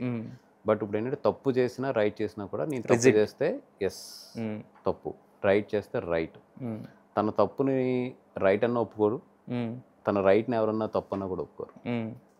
అంటే అక్కడ 1.5 yearలో మాత్రం ఐ హ్యావ్ సీన్ ఎట్లా చెప్పాలంటే ఒక మెచ్యూర్డ్ పర్సనాలిటీ అండ్ ఒక డిఫరెంట్ పర్సనాలిటీ మాత్రం ఆ గ్యాప్లో చూసారు, ఎవాల్యుయేట్ అయింది. అప్పట్లో ఒక రీజనల్ హీరో కాస్త ఇప్పుడు పాన్ వరల్డ్ హీరో అయ్యింది. అవునండి, అక్కడ ఆ ట్రాన్స్ఫర్మేషన్. అప్పుడు కానీ ఆయన దృక్పథం కానీ ఆయన ఇది కానీ థింకింగ్ కానీ చేంజ్ అయ్యి ఉండకపోతే కనుక ఇప్పటికీ స్టిల్ ఉండేవాడేమో ఆయన. బట్ అక్కడి నుంచి మాత్రం ఒక డిఫరెంట్ పర్సన్ మాత్రం అవైలేట్ అయ్యాడు. అది మా ఎవరిది కాదు, ఆయన సెల్ఫ్గా ఒక 1 year బ్రేక్ తీసుకుని ఆయన డెవలప్ చేసుకున్న ఇది. ఎస్. మరి అయితే ఆయన జర్నీ కూడా మీది అంటే ఇద్దరిని విడదీసి మాట్లాడలేని జర్నీ ఉండేది మీది. అంటే పుష్ప వరకు కూడా ఆల్మోస్ట్ ఇప్పుడు కూడా విడదీయాలని కాదు అంటే, బట్ నేను అనేది ఏంటంటే నెక్స్ట్ లెవెల్ ఆఫ్ ఒక ఇదికి వెళ్ళింది మీరు ట్రావెల్ అవుతున్నారు కాబట్టి. అయితే ఈ జర్నీలో ఆయన మార్చుకున్నాడు. మరి ఇలా మీరు చేసిన సినిమాలు కూడా ఇలా ఒక సినిమా అయినా లేకపోతే ఏదైనా ఒక చిన్న ఇబ్బంది అయింది అన్నప్పుడు మరి ఒక ప్రొడ్యూసర్గా ఒక డిస్ట్రిబ్యూటర్గా మీ వే అన్న మారిందంటే సినిమాని చూసే కోణం మీకేమైనా మార్పు కనిపించిందా మీకు? ఏమండి అంటే దట్స్ వాట్ అండి. నా వండర్ ఏంటంటే నాకంటూ సెల్ఫ్ ఒపీనియన్ కన్నా కూడా ఎక్కువ ఆయన మాట్లాడుతున్నప్పుడే నాకు ఎక్కువ ఒపీనియన్ ఫామ్ అవుతుంది. ఏమైందంటే నా పేరు సూర్య తర్వాత మా ఇద్దరు ఆయనతో ఉండే టైం కానీ, ఎందుకంటే బికాస్ అక్కడ నా పేరు సూర్య తర్వాత నాకు గీత గోవిందం వచ్చింది, ట్యాక్సీ వాళ్ళు వచ్చింది, ఇంచుమించు ఒక 11 ఫిల్మ్స్ ప్రొడ్యూస్ చేశాను. ఈ గ్యాప్లో ఆయన 3 ఫిల్మ్స్ చేస్తే నేను 11 ఫిల్మ్స్ ప్రొడ్యూస్ చేశాను. సో నా కెరియర్లో నేను బిజీ ఉన్నాను. సో ఆయన దగ్గరికి వెళ్తానికి కానీ ఇట్లకి కానీ అట్ ది సేమ్ టైం ఆయన థింకింగ్ మార్చుకుని మొత్తం టోటల్ ఆయన ఒక దీంట్లో ఆయన జర్నీ స్టార్ట్ చేశాడు. దీంట్లో ఏమైందంటే ఎప్పుడైతే నా పక్కన ఎనర్జీ లేదో నా ఎనర్జీ డైల్యూట్ అవుతూనే వచ్చింది. ఎందుకంటే ఎప్పుడు నేను ఆయన దగ్గర కూర్చున్నప్పుడే ఆయనతో మాట్లాడుతున్నప్పుడే నా మెచ్యూరిటీ లెవెల్స్ పెరుగుతూ ఉండి ఒక సినిమా మీద కానీ ఒక ఆలోచించే విధానంలో కానీ ఇట్లలోని ఎప్పుడైతే ఆయన నుంచి దూరంగా వెళ్ళానో నా సినిమా మీద నా మెచ్యూరిటీ తగ్గుతూ వచ్చింది. ఓకే. సో అందుకని నేను ఆయనతో ఓపెన్గా ఏం చెప్పానంటే ఈ అట్లీస్ట్ సినిమాకి సార్ కొంచెం నేను ఒక 1-2 years మళ్ళీ మీ ఎనర్జీలోంచి కొంచెం లాక్కోవాలి నేను అని ఆయనతో జర్నీ స్టార్ట్ చేయడం మొదలెట్టాను. మళ్ళీ 2 hours. సో ఆల్వేస్ ఏంటంటే నాకు ఆయన దగ్గర ఉన్నప్పుడు ఆ ఎనర్జీ ఎప్పుడు కూడా నాకు వైబ్ అనేది మీకు బాగా ఉపయోగపడుతుంది. అయితే ఇప్పుడు అందుకేనా మళ్ళీ లిటిల్ హార్ట్స్తో మొదలు పెట్టారా? ఆయన ఎనర్జీ అంటే దాని తాలూకు తరంగాల తాలూకు రిఫ్లెక్షన్ చెప్తున్నా కదా. మళ్ళీ అట్లీ సినిమా అప్పటి నుంచి అట్లీ గారి సినిమా అప్పటి నుంచి కొంచెం ఆయనతో ఇంటరాక్షన్ కానీ మళ్ళీ ఇన్వాల్వ్మెంట్ కానీ పెరిగింది. నాకు పెరిగింది. అప్పటి నుంచి మళ్ళీ I can see the positive vibes తగులుతా ఉన్నాయి అనమాట. తరంగా ఏదంటారు మ్యాజిక్ ఫ్రీక్వెన్సీస్ అంటారు కదా, ఏమో ఒక్కొక్క దాంతో ముడిపడి ఉంటుంది. అయితే మీ జర్నీలో టోటల్ మీ ఫిల్మ్ జర్నీలో చూసుకుంటే మేజర్ టర్నింగ్ పాయింట్స్ ఏంటి సార్ మీ దాంట్లో? ఒకటి Arya distribution is Arya cinema is turning point always. అక్కడే నాది లైఫ్ అనేది స్టార్ట్ అయింది. దాని తర్వాత 100% లవ్ ప్రొడ్యూస్, మ్యారేజ్, అదే ఇయర్ మ్యారేజ్. అక్కడి నుంచి తర్వాత సరైనోడు ఇవి కానీ Bhale Bhale Magodu is the one of the. అంటే నేను ఈ రోజుకి బాగా ఎంజాయ్ చేసే సినిమా ఏదంటే నేను ప్రొడ్యూస్ చేసే సినిమాలు అయితే మాత్రం Bhale Bhale Magodu is I always enjoy it a lot. అండి భలే భలే మగోడు నన్ను నిజంగా ఒక ప్రొడ్యూసర్గా బాగా నిలబెట్టింది. ఈవెన్ గీత గోవిందం అంటే స్టెప్ వచ్చి భలే భలే మగోడే అది స్టార్టింగ్. అది గీత గోవిందం కూడా అంటే ఇప్పటికీ చూసినా మీరు అన్నట్టు ఎలాంటి అంటే ఒక సినిమా హిట్ అవ్వాలంటే ఒక బూత్ మాటలే ఉండాలి లేకపోతే బూత్ ఇలా లేకుండా కంప్లీట్ క్లీన్ ఫ్యామిలీ అంటాడు ఆయన అవి గీత గోవిందం స్టేచర్ తీసుకొచ్చింది. స్టేచర్ తీసుకొచ్చింది. స్టేచర్తో పాటు డబ్బు, లైఫ్లో ఒక స్టాండర్డ్ తీసుకొచ్చింది ఆ గీత గోవిందం అని. అక్కడి నుంచి ఏంటంటే పీపుల్ రియల్లీ స్టార్టెడ్ రెస్పెక్టింగ్ మీ.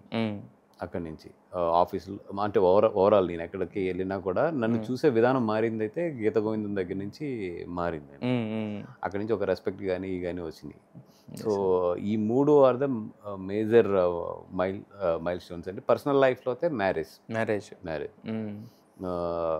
అంటే నాకు లైఫ్లో ఒక పీస్ కానీ ఒక డిసిప్లిన్ కానీ వచ్చింది ఏంటంటే మ్యారేజ్ దగ్గర నుంచి. అవునండి. మ్యారేజ్ ముందు ఎలా ఉండేవాళ్ళు బన్నీవాసు? అంటే మ్యారేజ్ అప్పుడు 2.1 ముందంతా ఏంటంటే చాలా అంటే నేను ఎస్కేఎన్ వీళ్ళందరూ రూమ్మేట్స్ కదా. ఆర్కేఎన్ నా ఫ్రెండ్ ఇప్పుడు వరుణ్ గారి దగ్గర. మేము అందరం కూడా ఏంటంటే చిన్న బ్యాచులర్ లైఫ్, చిన్న అరవింద్ గారు అంటే అందరం మళ్ళీ యాక్ట్ చేసేవాళ్ళం డిసిప్లిన్గా. అందరం అప్పుడు బన్నీ గారు కూడా మ్యారేజ్ అవ్వలేదు. సో అందరం కూడా ఒక చిన్న ఏమంటారు ఒక జిగిల్స్ కింద ఉండేవాళ్ళు. నాకు మ్యారేజ్ అయిన తర్వాత అందరం సపరేట్ అయ్యాం. సపరేట్ అవ్వడం నేను అక్కడి నుంచి ఏంటంటే మళ్ళీ నా లైఫ్ మొత్తం టోటల్ ఒక స్ట్రీమ్ లైన్లోకి వచ్చేసింది.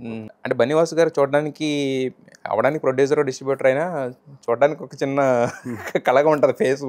అంటే లవ్ మ్యారేజా లేదండి arranged marriage, pure arranged marriage. అంటే లవ్ చేసి అని చెప్పాను కదా, ఫాదర్ స్ట్రగుల్స్ అయ్యింది. సో ఏదైతే నా ప్రైమ్ ఏజ్ ఉందో 22 between 27-28 లైఫ్ అంతా కూడా దాంట్లోనే సరిపోయింది. సెటరైట్ చేసుకోవడంలోనే సరిపోయింది. బన్నీ గారి దగ్గరికి వచ్చిన తర్వాత అక్కడి నుంచి అంతా కూడా ఈ జర్నీలే సరిపోయింది. 28కి కొంచెం స్టేబుల్ అయ్యా. అప్పుడు ఫాదర్ మదర్ వాళ్ళు అరేంజ్ చేసిన మ్యారేజ్ అది. సో బట్ నాకు హ్యాపీ ఏంటంటే తనతో ఏ రోజు నాకు స్ట్రగుల్ ఉండదు. నాకు ఏం కావాలి ఇంటికి వెళ్ళినప్పటికీ, నేను పొద్దున్నే లేచినప్పటికి ఏం కావాలి ఏమి నేను చూసుకోకల్లా రెడీగా ఉంటాయి. హానెస్ట్గా చెప్తున్నాను, నాకు మా ఇంట్లో ఏం కూర కూడా తెలియదు. వస్తుంది, భోజనం బాగుంటుంది, తింటాను అంతే. అంటే అంత పీస్ఫుల్ లైఫ్. అది లేకపోతే బయట అసలు ఇప్పుడు నేను ఎక్కడున్నా ఏం చేస్తున్నా కూడా ఎప్పుడో ఫోన్ చేసి ఎక్కడున్నారు ఏంటి బోదరింగ్ ఉండదు, అటెన్షన్ సీకింగ్ ఉండదు. అది వన్ ఆఫ్ ది ఏమంటారండి ఇంకా ఒక నాలాంటి ఎస్పెషల్లీ నాలాంటి మగవాడికి అయితే దట్ ఈస్ ద బ్లెస్ అది. ఎందుకంటే ప్రొఫెషనల్లో ఉన్నప్పుడు ఎప్పుడు కూడా ఇబ్బంది పెట్టదు, అసలు ఇబ్బంది పెట్టదు. నేనే ఫీల్ అవుతా చాలాసార్లు, అరే నేను అని. ఈ మధ్యలో ఏంటంటే డెడికేటెడ్గా ఆ టైం కానీ ఇస్తున్నారు, అది కానీ ఇంకా this is the family time అనేది పెట్టేసుకుంటున్నాను. అదే అటెన్షన్ సీకింగ్ అన్నారు. ఇది జనరల్గా ఏంటంటే ఎవరైనా కూడా 1-2 సినిమాలు హిట్ అయిన తర్వాత డైరెక్టర్లు వాళ్ళు కూడా మీరు అన్నట్టే తీసుకురావడం అది ఉంటుంది. బట్ మీరు ఎప్పుడు మీ ఫ్యామిలీని ఎప్పుడో ఒక్కసారి అనుకుంటా మీ బాబు ఎవరో కనపడినట్టు అంతే కదా. అంటే బేసిక్గా నా వైఫ్ ఇష్టపడదు. బయట చాలాసార్లు అడుగుతాను, లేదు రా సరదాగా ఏముంది అన్నా కూడా ఇష్టపడదు. మేము ప్రతి సినిమాకి వెళ్తాం, ఆల్మోస్ట్ అన్ని సినిమాలకి వెళ్తాం. అసలు ఎప్పుడు కూడా చూడండి మా ఫోటో కూడా బయట ఉంది. అదే కదా. ఎందుకంటే వెరీ సింపుల్గా వెళ్తాం, చెప్పను థియేటర్లో. వెరీ మరీ ఎప్పుడన్నా పార్కింగ్ ఇబ్బంది ఉంటే చెప్పడమే తప్పితే మాకు మేము వెళ్ళిపోతాం, మాకు మేము వచ్చేస్తాం. సింగిల్ స్క్రీన్స్ కూడా వెళ్తాం చాలాసార్లు, వెళ్ళి మాకు మేము వచ్చేస్తూ ఉంటాం అంతే. ఇప్పుడు నేను మా కమ్యూనిటీలో కూడా నేను బనీగా వైఫ్ అని కూడా చెప్పదు, అంత సింపుల్గా ఉంటుంది. అంటే తనకి ఏంటంటే she likes more simple and more easy life. అందరితో మూవింగ్ నార్మల్ ఉంటుంది. ఇప్పుడు కూడా పలానా అని క్లైమ్ చేసుకోదు, హ్యాపీగా ఉంటుంది తను. But really great quality. And ఎప్పుడు కూడా అసలు నేను ఫంక్షన్కి వస్తానని కానీ ఇల్లు కానీ అసలు నేను రమ్మని కూడా రాదు. అయితే ఇప్పుడు మీ జర్నీ అనేది ఇప్పుడు బన్నీ గారితో మీకున్న ఫ్రెండ్షిప్ ఇది అనేది ఓన్లీ మీ వరకే ఉంటుందా లేకపోతే ఫ్యామిలీ పరంగా ఉంటుందా? లేదండి, ఇప్పుడు స్నేహ కానీ వీళ్ళందరూ కూడా నాకు చాలా క్లోజ్. అట్లాగే మా ఫ్యామిలీ నా ఫ్యామిలీ కలిసినప్పుడు కూడా చాలా బాగుంటాం. అట్లాగే రెగ్యులర్ మీటింగ్స్ ఫ్యామిలీ వైఫ్ నుంచి ఉండవు, ఎందుకంటే బికాజ్ నేను ఎక్కడో తిరుగుతూ ఉంటాను. అంటే పర్సనల్ లైఫ్గా నాకు ఈ డిన్నర్స్ కానీ ఇవి కానీ చాలా తక్కువ. ఎప్పుడన్నా బయటకు వెళ్తే ఏదైనా పార్టీంగ్ చేయడం ఫ్రెండ్స్తో ఇదే ఉంటుంది తప్ప ఫ్యామిలీ డిన్నర్స్ నా కల్చర్లోనే చాలా తక్కువ ఉంటాయి మామూలుగా. మీరు లాస్ట్ ఎలక్షన్స్లో మీ జర్నీ వేరు, పవన్ కళ్యాణ్ గారు చాలా సెలెక్టివ్ పర్సన్స్తో జర్నీ చేస్తారు. మరి మీకు బన్నీవాస్ అనే వ్యక్తిని పవన్ కళ్యాణ్ గారు పిలిచి ఆ ప్రచార బాధ్యతలు అప్పచెప్పడం ఏంటి అది? అంటే వన్ థింగ్ అండి, ఆయన పిలవటం కాదు, అదేంటంటే నాకు ఆయన అంటే చాలా ఇష్టం. నేను వాలంటీర్గా ఆ పార్టీకి కళ్యాణ్ గారు చిన్నప్పటి నుంచి ఫ్యాన్. అది బన్నీ గారు కూడా తెలుసు, అరవింద్ గారికి తెలుసు, అందరికీ తెలుసు. ఈ రోజుకి ఆమె hardcore Pawan Kalyan fan. కరెక్ట్గా చెప్తే బన్నీ గారు కూడా ఫ్యాన్ అని చెప్తారు, ఆబ్వియస్. అది నాకు చిన్నప్పటి నుంచే ఆయన ఫ్యాన్. మా బ్రదర్ వచ్చి చిరంజీవి గారు ఫ్యాను. సో నాకు కళ్యాణ్ కళ్యాణ్ గారు గారు. మ్యాడ్. మ్యాడ్. ఆయన గురించి నేను హైదరాబాద్ ఒకసారి ఇంట్లో చెప్పకుండా మా కార్ వేసుకొని వచ్చేసిన రోజులు కూడా ఉన్నాయి. ఓకే. ఖుషి రిలీజ్ అప్పుడు. సో అట్లాంటి మ్యాడ్ ఫ్యాన్. లక్కీగా నాకు ఆ ఫ్యామిలీతో చాలా దగ్గరగా. ఇప్పుడు ఆయన పొలిటికల్ పార్టీ పెట్టారు. పెట్టినప్పుడు అసలు అపార్ట్ ఫ్రమ్ ఎనీథింగ్ ఫస్ట్ నేను వెళ్ళి పని చేసేస్తాను అంతే. అక్కడ నాకు ఇది వచ్చిందా అది వచ్చిందా ఏంటి అని కూడా నాకు తెలియదు. నేను వెళ్తాను, పని చేసేస్తాను. ఆయనకి ఇష్టం ఉన్నా లేకపోయినా నేను పని చేసేస్తాను అంతే.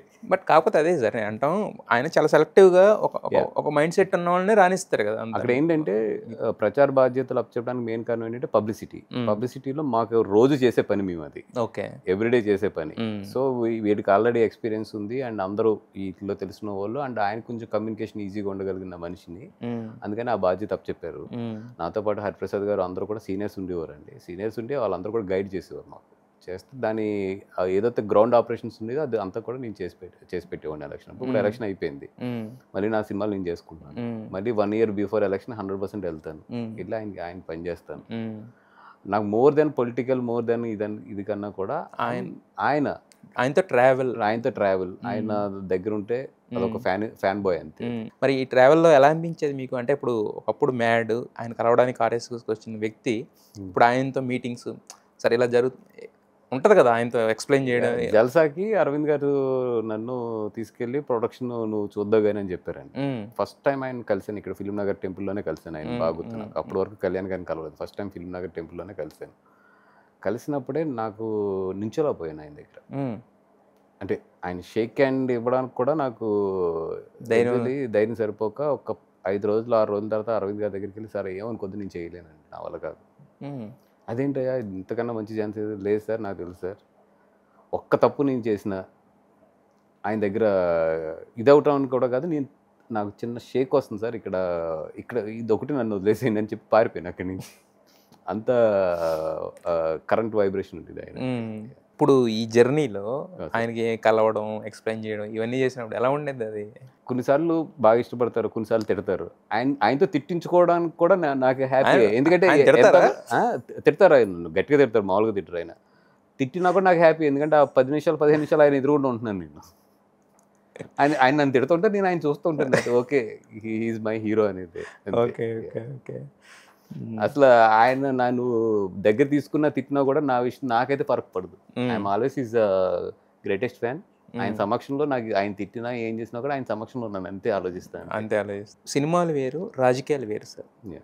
మీరు ఇక్కడ సినిమా ఇండస్ట్రీలో ఒక ప్రొడ్యూసర్ కింద వెల్ ఎస్టాబ్లిష్డ్ ప్రొడ్యూసర్ కింద ఉన్న టైంలో మీరు ఆయనతో రాజకీయాల పరంగా హెల్ప్ చేయడానికైనా ఏదైనా వెళ్ళారు మీ అంతా మీరు. బట్ అది అనిపించిందా? అంటే ఇప్పుడున్న సిచ్యువేషన్స్ కూడా కొంచెం డిఫరెంట్గా ఉండే కదా.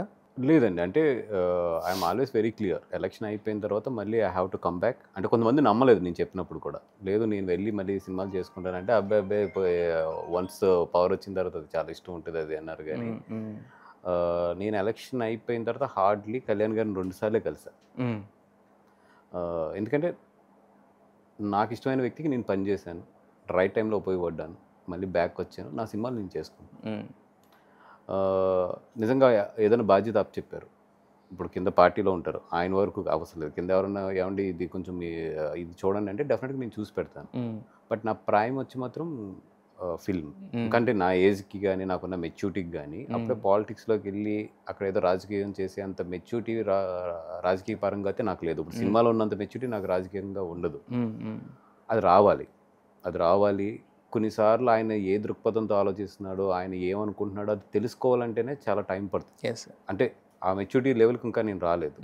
ఇప్పుడు నేను వెళ్ళినా కూడా చాలా ప్రాక్టికల్గా, చాలా కమర్షియల్గానే ఆలోచిస్తాను తప్పితే ఆయన పాయింట్ ఆఫ్ వ్యూలో నేను ఇప్పుడు ఆలోచించలేను. ఎందుకంటే నిజంగా ఆ మెచ్యూరిటీ రావాలంటే ఆయనతో చాలా జర్నీ చెయ్యాలి ఫస్ట్. కానీ నాకున్న ఫైనాన్షియల్ స్టెబిలిటీకి కానీ, నాకున్న ఫైనాన్షియల్ స్టేటస్కి కానీ I have to earn money first to be sustain in the politics. Money is very very very important. ఇది ఎంతమంది అబ్బే విల్ పవర్ ఉంటే చాలు, లేదంటే దృక్పథం అవన్నీ తొక్క తోలు. రాజకీయాల్లో డబ్బులు లేనిది ఏమీ చేయలేం, కౌన్సిలర్గా కూడా గెలవలేం డబ్బులు లేకపోతే. సో ఫస్ట్ నేను ఫైనాన్షియల్గా స్టేబుల్ రావాలి, ఎవరి మీద డిపెండెన్సీ లేని సిచ్యువేషన్లో నేను ఉన్నప్పుడు దెన్ నాకు ఆ స్పేస్ కానీ ఇది కానీ దొరికినప్పుడు I always want to have a journey in the politics, but at the same time right time choose చేసుకోవాలి. అందుకని దిస్ ఇస్ నాకున్న ఫైనాన్షియల్ సిచ్యువేషన్లో I don't want to depend on somebody like నాకు సస్టైన్ ఇన్ పాలిటిక్స్. పాలిటిక్స్. కొంతకాలం క్రితం వరకు బన్నీ గారు and Pawan Kalyan గారి గురించి వచ్చిన కొన్ని ఇది వచ్చినాయి. మొన్న అయితే అల్లు కనకరత్నం గారి విషయంలో ఆయన వచ్చి ఇద్దరు మాట్లాడుకున్నారు. దానికి ముందు ఒక చిన్న ఇష్యూ జరిగినప్పుడు కూడా ఇంటికి వెళ్ళి మరి కలిశారు. దానికి ముందు వచ్చినాయి యాక్చువల్గా అలా అంట ఇలా అంట ఏదో ట్వీట్లు పట్టుకుని లేకపోతే సోషల్ మీడియాలో వచ్చిన వాటిని పట్టుకుని. మీరేమో ఇద్దరితో ఒక ట్రావెల్ ఉన్న వ్యక్తి, ఏమైనా ఇబ్బంది పడ్డారా మీరు? అంటే మెయిన్ ఏంటంటే సోషల్ మీడియాలో జరిగే ఈ ఫ్యాన్ వార్స్ కానీ, సోషల్ మీడియాలో జరిగే అంటే సంబంధం లేని కొన్ని విషయాలు జరిగిపోతూ ఉంటాయి ఇద్దరి మధ్యలో కూడా. అవి చూసినప్పుడు మాత్రం చాలా బాధ వచ్చింది. ఎందుకంటే I know both of them. వాళ్ళు ఇండివిజువల్గా అసలు ఒకరి మీద ఒకళ్ళు అనుకునే మనస్తత్వాలు కానీ, లేదంటే ఒకరి మీద ఒకళ్ళు కోపాలు పెట్టుకునే మనస్తత్వాలు కానీ ఇద్దరివి కాదు. కాకపోతే ఏంటంటే మధ్యలో ఉన్న ఈ ఫ్యాన్స్ వార్స్, వాళ్ళు రాసే విధానం, వాళ్ళు పెట్టే కామెంట్స్ కానీ చూసినప్పుడు మాత్రం చాలా బాధపడేది. నా భయం ఒకటే ఏంటంటే ఎంత మెచ్యూర్డ్ పర్సన్స్ అన్నా, ఎంత పెద్ద పర్సన్స్ అన్నా 1, 2, 3, 4 సార్లు ఎఫెక్ట్ చేయవు. కానీ ఒక 5వ కామెంట్, 6వ కామెంట్, ఒక 100వ కామెంట్ లేదా 200 కామెంట్ ఏదో తగులుతాయి. అవతలోళ్ళకి తగులుతుంది, యువతలోళ్ళకి తగిలేసి అసలు వీళ్ళకి ఎవరికి సంబంధం లేకుండానే తెలియని ఒక రిఫ్ట్ క్రియేట్ అయిపోతుంది. మోర్ దెన్ వీళ్ళిద్దరు పర్సనల్ దీనికన్నా కూడా నేను ఎక్కువ ఇబ్బంది పడింది అట్లలో. అంటే అది చూసినప్పుడు కానీ, లేదా నాకు ఫోన్స్ వచ్చి ఏమండి ఇట్లాగా ఆ ఫ్యాన్స్ ఇట్లా అంటున్నారు, ఈ ఫ్యాన్స్ ఇట్లా అంటున్నారు, కొంచెం వాళ్ళతో మీరు మాట్లాడండి లేదా వీళ్ళకి చెప్పండి అన్నప్పుడు బాగా ఇబ్బంది అయ్యేది. బట్ వాళ్ళిద్దరు పర్సనాలిటీస్ ఏంటనేది వీళ్ళకి ఎవరికి తెలియదు. వాళ్ళిద్దరు చెప్పుకోవాల్సిన అవసరం కూడా ఇద్దరు కూడా మీరు చూస్తే ఏ రోజు కూడా వాళ్ళిద్దరు ఈ ఇన్సిడెంట్ గురించి మాట్లాడలేదు. ఈ మధ్యలో రిఫ్ట్లు క్రియేట్ అయిపోతే ఆ రిఫ్టే పబ్లిక్ మీదకి వెళ్ళిపోతుంది. ఆ సిచ్యువేషన్స్లో ఇబ్బంది పడ్డారు. అయితే ఇంతకాలం మీరు గీతా ఆర్ట్స్లో ప్రొడ్యూసర్గా మీ పేరు పడింది, జిఏటీలో మీ పేరు పడింది. ఇప్పుడు కొత్తగా బన్నీవాస్ వర్క్స్ అంటే ఏంటి సార్? ఏంటి కొత్త బ్యానరా? అంటే చాలామంది మొన్న కూడా అడుగుతున్నారు కదా, ఏంటి గీతా ఆర్ట్స్ నుంచి పక్కకు జరిగారా, దూరం జరిగారా, ఇవన్నీ అడుగుతున్నారు. ఏంటి అసలు బన్నీవాస్ వర్క్స్ ఎందుకు కొత్తగా? ఏం లేదండి, బన్నీవాస్ ఇప్పుడు ఇట్స్ బీన్ 20 years అవుతుంది. 20 years అవుతుంది. అండ్ కొన్ని సినిమాలు నాకు నచ్చినవి ఉంటాయి. ఇప్పుడు అరవింద్ గారు నాకు ఎంత కాదన్నా కూడా ఇప్పుడు ఆయన దగ్గర 20 years జర్నీ చేశాను నేను. ఆయన దగ్గర నుంచి చాలా నేర్చుకున్నాను. ఒక ఫాదర్లీ ఫిగర్ నాకు. బట్ ఆయనతో పాటు కాకుండా నాకు ఒక పర్సనల్ టేస్ట్ కూడా ఉంటుంది. అంటే లైక్ ఇట్లాంటి ఇలా చేస్తాయి అనేది అన్నీ కూడా ఏంటంటే గిటార్స్లో ఒక్కొక్కసారి వీలు పడకపోవచ్చు నాకు. అలాగే ఇప్పుడు కొంతమంది ఇప్పుడు నాకు ఫ్రెండ్స్ కానీ వీళ్ళు కానీ ఉంటారు. ఉన్నప్పుడు ఏంటంటే వాళ్ళందరినీ తీసుకెళ్ళి నేను అరవింద్ గారి మీద వెయిట్ పెడతాం కూడా నాకు ఇష్టం ఉండదు. సో అలాంటప్పుడు అది మీ వరకు నా వరకు, నా పర్సనల్ వరకు ఏదన్నా చేసుకోవడానికి కానీ, లేదంటే ఎప్పుడన్నా డబ్బులు అవసరం బాగా ఒకటి బాగుంది అరవింద్ గారు చెప్తాను, సార్ ఇది ఏదో బాగుంది, ఇది నేను కొంచెం చేసుకుంటున్నానులేండి, దీంట్లో డబ్బులు వస్తాయి అనేది. ఆయన కూడా నవ్వుతూనే వేస్తుంటాడు. ఆయన నేను చెప్పేస్తే ఓపెన్గా నాకు కొంచెం బ్యాంక్ బ్యాలెన్స్ తగ్గింది, అది నేను తీసుకుంటానండి. సో అట్లాంటి ఏదైనా చేయడానికి ఇట్లకి బన్నీవాస్ వర్క్స్ అనేది వేసాము. లక్కీగా ఏంటంటే దాంట్లో ఫస్ట్ లిటిల్ హార్ట్స్ కొంచెం గట్టి కొట్టినట్టు కనపడడం ఏంటి సార్? బ్లాక్ బస్టర్ రీసౌండ్ వస్తుంటే ఎందుకంటే ప్యూర్ లక్ అండి. ఫస్ట్ సినిమా గట్టి కొట్టారు. అయితే ఇప్పుడు మహావతార నరసింహ, ఇప్పుడు మిగతా చావా వరకు మీరు చూసారు కదా, మహావతార నరసింహ కూడా మీరు చూసారు. ఇవన్నీ కూడా కొలాబరేట్. అంటే అరవింద్ గారు ఏది చేసినా, నేను ఏది చేసినా మా ఇద్దరి మధ్యలో ఒక అండర్స్టాండింగ్, ఒక ఇన్ఫర్మేషన్ తెలిసే జరుగుతాయి. ఆయనకి తెలియకుండా ఏది చేయను నేను ఫస్ట్ ఆఫ్ ఆల్. అయితే సార్ గీతా ఆర్ట్స్ జిఏ2లో కూడా బ్యానర్స్ ఏమి ఉంటాయి, కొన్నిట్లో ఏమో అల్లు అరవింద్ ప్రెజెన్స్ అని పడుతుంది, ప్రొడ్యూసర్స్ పేర్లు మీ పేరు పడుతుంది, ఎస్కేఎన్ లేకపోతే ధీరజ్ మొగిలినేని ఇలా పడతా ఉంటాయి, విద్యా గారు. అవునండి. అంటే ఆయన బ్యానర్ తీసుకుని మీరు డబ్బులు పెడతారు లేకపోతే ఏంటి, ఎలా జరుగుతావు ఆ ప్రాసెస్? డబ్బులు అంతా అరవింద్ గారిదే. ఇప్పుడు ధీరజ్ ఒక సబ్జెక్ట్ తెచ్చుకున్నప్పుడు తనకి ఆ క్రెడిట్ ఇవ్వాలి కాబట్టి ఆ టైంలో ఏంటంటే నేను అరవింద్ గారు చెప్తాను, సార్ నేను ప్రజెంట్కి వెళ్తాను, ధీరజ్ ప్రొడ్యూసర్ అవుతాను. అట్లాగే ఏంటంటే ఆయనకి ఇన్ఫర్మేషన్ ఇచ్చి, ఎందుకంటే he is very flexible at the youngsters. Sir ఇది మాకు ఉపయోగపడుతుంది అంటే ఆయన పెద్ద ఎక్కువ ఆలోచించారు అరవింద్ గారు, చేసుకోండి అంటాడు. అంతకుమించి దాన్ని ఏదో పెద్ద విషయం కింద ఇట్ల కింద చూసే మనిషి అయితే కాదు. ఇది మాకు ఉపయోగపడుతుంది అంటే ఆ హెల్ప్ చేసే నేచర్ ఎప్పుడు కూడా. అట్లాగే అందుకనే జిఏ2లో ఎప్పుడంటే నేమ్స్ మారుతాయి. ఆయన అడిగేది ఒకటి ఏంటంటే గీతా ఆర్ట్స్లో మాత్రం మీరు ఏళ్ళు పెట్టండి అని అడుగుతాడు.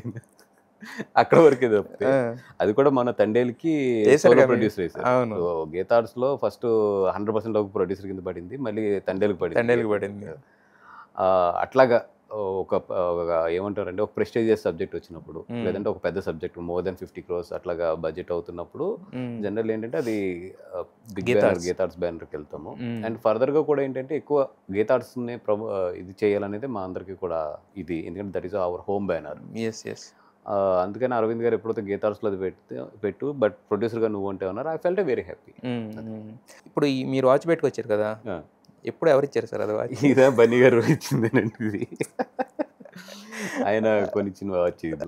ఈ వాచ్ వచ్చే వరకు కూడా ఎప్పుడు కూడా నేను అసలు వాచ్ వాడలేదు, నా లైఫ్లో ఎప్పుడు వాచ్ కొనుక్కోలేదు ఇప్పుడు వరకు. ఫస్ట్ టైం ఈ వాచ్ ఆయన కొనిచ్చారు.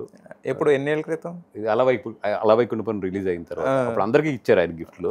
ఇచ్చినప్పుడు నాకు కూడా ఈ వాచ్ ఇచ్చారు. ఎంతది వాల్యూ? వదిలేండి. ఓకే. సో అదే ఫస్ట్ వాచ్. నాకేంటి దీని వాల్యూ తెలియక నేను ఏదో ఫ్రెండ్ వేరే వాళ్ళు ఎవరో మాట్లాడుతుంటే అరే వాచ్ చాలా బాగుందంటే తీసుకో ఏముంది బన్నీ నాకు ఇంకోటి కొనిస్తారు అని చెప్పి నేను ఇచ్చేసాను. ఇచ్చిన తర్వాత ఇంకో ఫ్రెండ్ ఫోన్ చేసి ఇట్లాగాడు వాచ్ అడిగాడరా, ఇచ్చేసాను, వాడు రేపు పొద్దున యూఎస్ వెళ్తున్నాడు కదా అందుకు ఇచ్చేసాను అన్న. అప్పుడు వాల్యూ చెప్పాడు. పరిగెట్టుకెళ్ళారు, ఏమనుకోకు నాకు తెలియదు ఇది. తీసుకొచ్చిన తర్వాత బన్నీ గారికి చెప్పే ఇన్సిడెంట్ చెప్తే అసలు నీకు ఒక వాచ్ కొనిచ్చి అంత వాల్యూ పెట్టి కొనిచ్చి చూసాను నన్ను అన్న. ఏ మాటగా అన్నమాట, వాల్యూ నేను పక్కన పెట్టేస్తే ఆ వాచ్ పెట్టుకున్న కాడి నుంచి మీ టైం అయితే పరిగెడుతున్నట్టుంది. యాజ్ అ ప్రొడ్యూసర్ అయితే పరిగెడుతుంది కదా, డిస్ట్రిబ్యూటర్ గా ఎవ్రీథింగ్, ఏది పట్టుకున్న బంగారు ఆల్మోస్ట్. అయితే ఈ వాచ్ కల్చర్ ఏంటి నాకు అర్థం కాలంటే, మీరు ఒక సినిమా హిట్ అయిన తర్వాత వాళ్ళు మీకు వాచ్ ఇవ్వడం ఏంటి? రివర్స్ వాచ్ అంటే ఇది ఆయన అందరికి ఇచ్చాడు. ఇచ్చినప్పుడు ఇచ్చారు. తండేలప్పుడు కూడా ఆయన అందరు గిఫ్ట్లు ఇచ్చారు. ఎవరు, నాగ చైతన్య గారు. ఆ గిఫ్ట్లు ఇచ్చినప్పుడు పాటుగా నాకు వాచ్ ఒకటి ఇచ్చారు ఆయన. అంటే హీ నోస్ దట్ ఈ వాచ్ వచ్చినప్పటి నుంచి నాకు కొంచెం వాచెస్ మీద లవ్ పెరిగింది అనేది. అందుకని ఆయన మరి కొనిచ్చారు ఆయనది. కానీ ప్రొడ్యూసర్కే గిఫ్ట్ ఇచ్చిన హీరోని ఫస్ట్ టైం చూస్తున్నాం సార్. అయ్యో, అది చైతన్య గారు వెరీ నైస్ గెచ్. అంటే పర్సనల్గా కూడా నేను అంటే ఇష్టం ఆయనకి. ఇష్టము. అండ్ నన్ను బిలీవ్ చేస్తారు. మీ మీద చనువు ఎక్కువ అనుకుంటా కదా ఆయన కొంచెం. అంటే నా ఫస్ట్ హీరో ఆయన చైతన్య గారు ఉంటుంది. అండ్ రెండోది ఏంటంటే నేనంటే పర్సనల్గా కూడా ఇష్టం ఆయన, మాట్లాడేటప్పుడు కానీ ఇది కానీ. అండ్ హీ నోస్ నేను ఏది చెప్తున్నా కూడా దాంట్లో ఏది నేను మేనేజ్ చేస్తున్నాను, ఏది నిజం, ఆయన మేనేజ్ చేయడానికి ఏది చెప్తున్నాను ఆయనకి తెలిసి నవ్వేస్తాడు ఆయన. నీకేం కావాలంటే అది. మీ బర్త్డేస్ అన్నిట్లో గుర్తుండిపోయింది 2021 అయినా? అవునండి. అసలు నాకు అర్థం కాని విషయం ఏంటంటే, బన్నీ గారు ఇక్కడి నుంచి ముంబై వచ్చి అయ్యంతో కలిసి మీ బర్త్డే సెలబ్రేట్ చేయడం ఏంటి సార్? ఆ బాండింగ్ ఏంటి? అంటే అది ఏం లేదండి, 2020లో మా బ్రదర్ పోయారు. One of the biggest shock in my life మాట, కరోనా. మీ ఓన్ బ్రదర్ నాకన్నా 2 years పెద్దోడు. Okay. Very close and very ఏమంటారు, ఢిల్లీలో చదివాను, తన దగ్గర నుంచి చదువుకున్నాను. Okay okay. So very very close bonding మాట. సో అన్ఎక్స్పెక్టెడ్గా 1 monthలో జరిగిపోయింది. That is one of the ఏమంటారు బాగా నాకు డిస్టర్బ్ అయిన ఫ్యాక్టర్ అది ఓవరాల్గా. ఆ తర్వాత జరిగిన ఇన్సిడెంట్స్ కానీ ఇవన్నీ కూడా. సో ఆ టైంలో నేను బాగా లోలో ఉన్నప్పుడు యూవీ క్రియేషన్స్ వంశీ ఉన్నారు కదా, వంశీ ఇంకా ఫ్రెండ్స్ ఉన్నారు. వంశీ వీళ్ళందరూ ఏంటంటే నన్ను చేరప్ చేయడానికని ముంబై తీసుకెళ్ళారు చెప్పకుండా. ఇలా కిందకి రారని చెప్పి కార్లో ఎక్కించుకుని వాళ్ళ ఫ్లైట్లో తీసుకెళ్ళిపోయారు. నేను అక్కడ మామూలుగా వాళ్ళతో ఉన్నాను. ముంబై అంటే ఎప్పుడు వెళ్ళే రెగ్యులర్ ప్లేసే కానీ కొంచెం బ్రేక్ ఉన్నాను. ఆ చిన్న లోలోనే ఉన్నాను. దాన్ని సడన్లీ ఈయన రూమ్లోకి ఎంటర్ అయ్యారు. నాకు వస్తున్నట్టు కూడా తెలియదు. అయ్యాను ఈయన ఎంటర్ అయ్యారు. నేను షాక్ అయిపో మీరు ఎందుకంటే ఇక్కడ వరకు వచ్చారంటే లేదే వసా అని టీషర్ట్ ఇచ్చారు ఆయన. ఓకే. ఇప్పటికీ ఉంటుంది టీషర్ట్ అని పాపం ఆయన కొనుక్కుని తీసుకుని టీషర్ట్ ఇచ్చారు. So that's what person to person ఒక బాండింగ్ ఉంటుంది కదా అసలు. అంటే ఒక స్టేచర్లో లేదంటే ఒక బౌండరీలో పెట్టుకుంటే జరిగే కాదు. సో దోస్ మూమెంట్స్ మేక్స్ ఏమంటారు ఒక బాండింగ్ క్రియేట్ చేయడం కానీ స్పెషల్గా కనిపిస్తాయి కదా. స్పెషల్గా కనిపిస్తే ఇంకా అలాంటి పర్సన్కి మనం కూడా డెడికేట్ అయిపోతాం కదా ఆటోమేటిక్. అయితే మీ ఫస్ట్ హీరో ఏమో చైతన్య గారు, మీ ఫస్ట్ డైరెక్టర్ ఏమో సుకుమార్ గారు. ఈ రోజు చైతన్య గారు ఏమో నెక్స్ట్ లెవెల్కి వెళ్ళిపోయారు ఒక దండేలతోటి. సుకుమార్ గారు ఏమో అసలు వేరే లెవెల్లో ఉన్నారు. మరి ఇప్పటికీ అలాగే ఉంటుందా? అయ్యో వాళ్ళ అంటే నాకు భయం వేస్తుంది. ఎందుకంటే నాకు మామూలుగా సుక్కు అని పిలవడం అలవాటు. బట్ తన స్టేచర్ కానీ తన దీనికి కానీ అది నలుగురిలో ఉన్నప్పుడు గమ్ముని సుకు అని పిలవడం నాకు చాలా ఇబ్బందిగా ఉంటుంది. నాకన్నా ఏజ్లో కూడా పెద్ద పెద్ద పెద్ద ఆయన. బట్ మా ఇద్దరుకున్న రిలేషన్లో ఆ అలవాటు నాకు. అది ఇప్పుడు ఏంటంటే ఇబ్బంది పడుతుంటే ఒకసారి తనతో అనేసాను, సుక్కు నాకు ఎలా పర్వాలేదు తెలియదు, అసలు అట్లాంటి ఏం పెట్టుకోకు నువ్వు, ఏం పర్వాలేదు నేను చూసుకుంటా అంటాను. కానీ ఇప్పుడు నేను బయటికి వెళ్ళినప్పుడు మాత్రం సుక్కు గారు అంటున్నాను, లేదా సుక్కు సార్ అంటున్నాను. బట్ ఏదైనా కూడా సుక్కు ఆయనకి నాకున్న ఒకటి ఉంటుంది. అంటే ఎలా చెప్పాలంటే దీస్ ఆర్ లైక్ బ్లెస్సింగ్స్ అనుకోవాలండి. నేను అంతే, ఇంతమంది పెద్దోళ్ళతో హ్యాపీగా రూమ్లో కూర్చుని టీ తాగుతూ నాకున్న నా నోట్లోకి వచ్చిన మాటలు, నాకున్న అది నవ్వు అవ్వచ్చు, బాధ అవ్వచ్చు, లేదా చెప్పుకోగలడం అనేది really that is a blessing for me. ఇప్పుడు మీరు డిస్ట్రిబ్యూటర్ అన్నింటిలో ఉన్నారు కాబట్టి ఇప్పుడు ఇండస్ట్రీ ఉన్న సిచ్యువేషన్స్లో చిన్న సినిమాలు బెటర్ అంటారా, పెద్ద సినిమాలు బెటర్ అంటారా? అంటే ఇప్పుడు టాప్ 5-6తో as of now, as on today we are speaking in 25. ఇప్పుడు అయితే మాత్రం ద సేఫ్ ఈజ్ టాప్. వీళ్ళు ఉన్న 6-7 ఎవరైతే ఉన్నారో వాళ్ళతో చేస్తే మాత్రం డబ్బులు పోవు. మినిమం సేఫ్ అనేది కనబడుతుంది. మినిమం సేఫ్ కదా, డబ్బులు మిగిలితాయి. ఈ 7-8 తర్వాత కిందకు వచ్చినప్పుడు మాత్రం we should be very careful. అంటే బడ్జెట్ ఎంత అవుతుంది, సేల్ ఎంత జరుగుతుంది అనేది మాత్రం we have to be calculated and we have to be ఇది. లేదు మన సినిమాని నమ్మి చేయాలి, ఎస్ ఇది కొడుతున్నాం, ఇది ఓవర్ బడ్జెట్ అవుతుంది కానీ ఇది కొడుతున్నాం అని పెట్టి క్యాలిక్యులేషన్ పెట్టి చేయాలి. అప్పుడు కథ దగ్గర, స్టోరీ దగ్గర చాలా జాగ్రత్తగా ఉండాలి, ప్రజెంటేషన్ దగ్గర చాలా జాగ్రత్తగా ఉండాలి. అంటే సినిమా ఇంకా బాగా కొట్టాలి అంతే సినిమా. అది ఇప్పుడున్న దాంట్లో వెరీ రిస్కీ జోన్. అది మన గట్స్, మనకున్న దీని మీద మనం పెట్టుకుని ఎదురుకెళ్ళాలంతే. చిన్న సినిమా రిస్క్ తక్కువే, అట్ ద సేమ్ టైం పోతే మొత్తం డబ్బులు పోతాయి. బట్ పోయేదేదో ఒక బకెట్లోనే పోతుంది అంతే. అందుకని ఈరోజు ఏది తీసినా కూడా మనం ఒళ్ళు దగ్గర పెట్టి తీయడమే తప్పితే ఇరువరుట్లాగా మినిమం సేఫ్ అనేది లేదు. మినిమం సేఫ్ అనేది మాత్రం ఇప్పుడు పిక్చర్స్లో ఇరువరుట్లాగా ఒక 20%లో పోవడం, 25%లో పోవడం లేదు. ఇప్పుడు పోతే 60%లో 70% లేదు. అప్పుడు డిస్ట్రిబ్యూషన్లో ఇప్పుడు డిస్ట్రిబ్యూషన్లో మీరు చూస్తుంది తేడా ఏంటి సార్? మినిమం సేఫ్ పోయిందండి. ఇదివరకు ఏంటంటే ఒక సినిమా కొన్నామంటే ఒక 30% 40% లాస్ అనేది ప్రిపేర్ అయ్యేవాళ్ళం. ఇప్పుడు అట్లా ఉండదు. పోయిందంటే సినిమా 70% లాస్ పోతుంది. అంటే ఖాళీ, సోమవారానికి ఖాళీ అయిపోతున్నాయి. అది రిస్క్లో ఉన్నట్టే కదా. అంటే ఇప్పుడు మీరు చెప్పిన 6-7 మెంబర్స్లో సినిమాలు తీస్తే ప్రొడ్యూసర్ సేఫ్. బట్ డిస్ట్రిబ్యూటర్ మాత్రం సినిమా బాగాలేదు అంటే మాత్రం సోమవారానికి ఖాళీ అయిపోతున్నాయి. డిస్ట్రిబ్యూటర్ మాత్రం 100% పోతాడు. రిస్క్ 100% ఈ రోజైతే రిస్కే. బొమ్మ ఎటు పడుతుందో తెలియట్లేదు. ఎందుకని అంటారు? ఇప్పుడు మీరే చూడండి, ఇప్పుడు లిటిల్ హార్ట్స్ సినిమా ఉంది, అది ఫుల్ అయిపోతుంది, హౌస్ఫుల్స్ పడిపోతున్నాయి.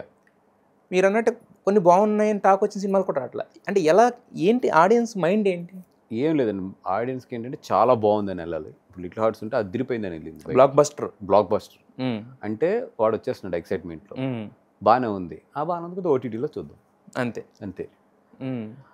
పోయింది తర్వాత చూద్దాం, బాగుంటే ఓటీటీలో చూద్దాం, పోయిందంటే తర్వాత చూద్దాం. అదిరిపోయింది అంటే అప్పుడు కారు తీస్తాడు. సింగిల్ స్క్రీన్స్కి ఫ్యూచర్ లేదు అనే మాట బాగా వినపడుతుంది. మల్టీప్లెక్స్లో కానీ ఫ్యూచర్ ఉందా? మల్టీప్లెక్సెస్ ఉందండి, 100% ఉంది. సింగిల్ స్క్రీన్స్ కూడా వెల్ మెయింటైన్డ్ థియేటర్స్. అంటే వాళ్ళు వెల్ మెయింటైన్కేమో పాపం వాళ్ళకి ఇన్కమ్ సరిపోవట్లేదు సింగిల్ స్క్రీన్స్లో.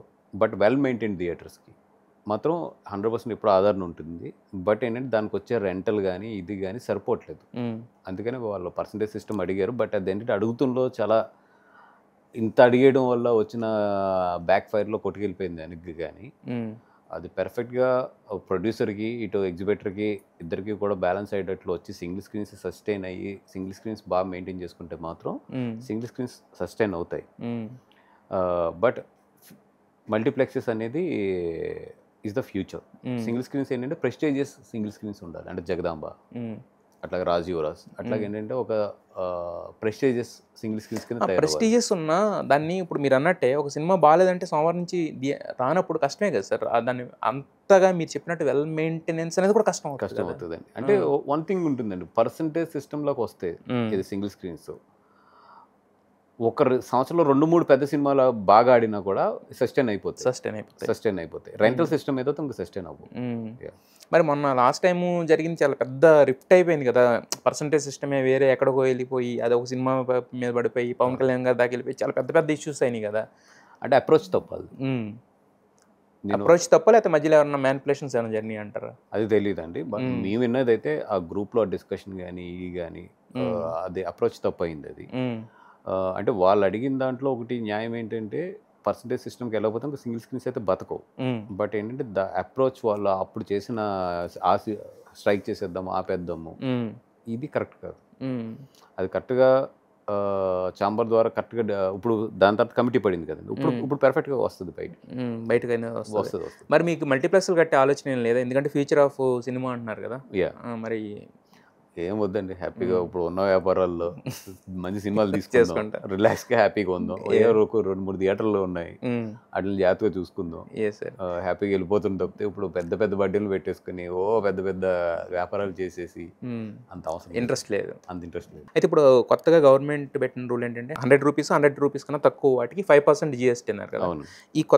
ఈ GST రిఫార్మ్తో ఎవరికి లాభం ఉంది సార్? థియేటర్స్ లేకపోతే ప్రేక్షకులు ఎవరికి లాభం అనుకోవాలి?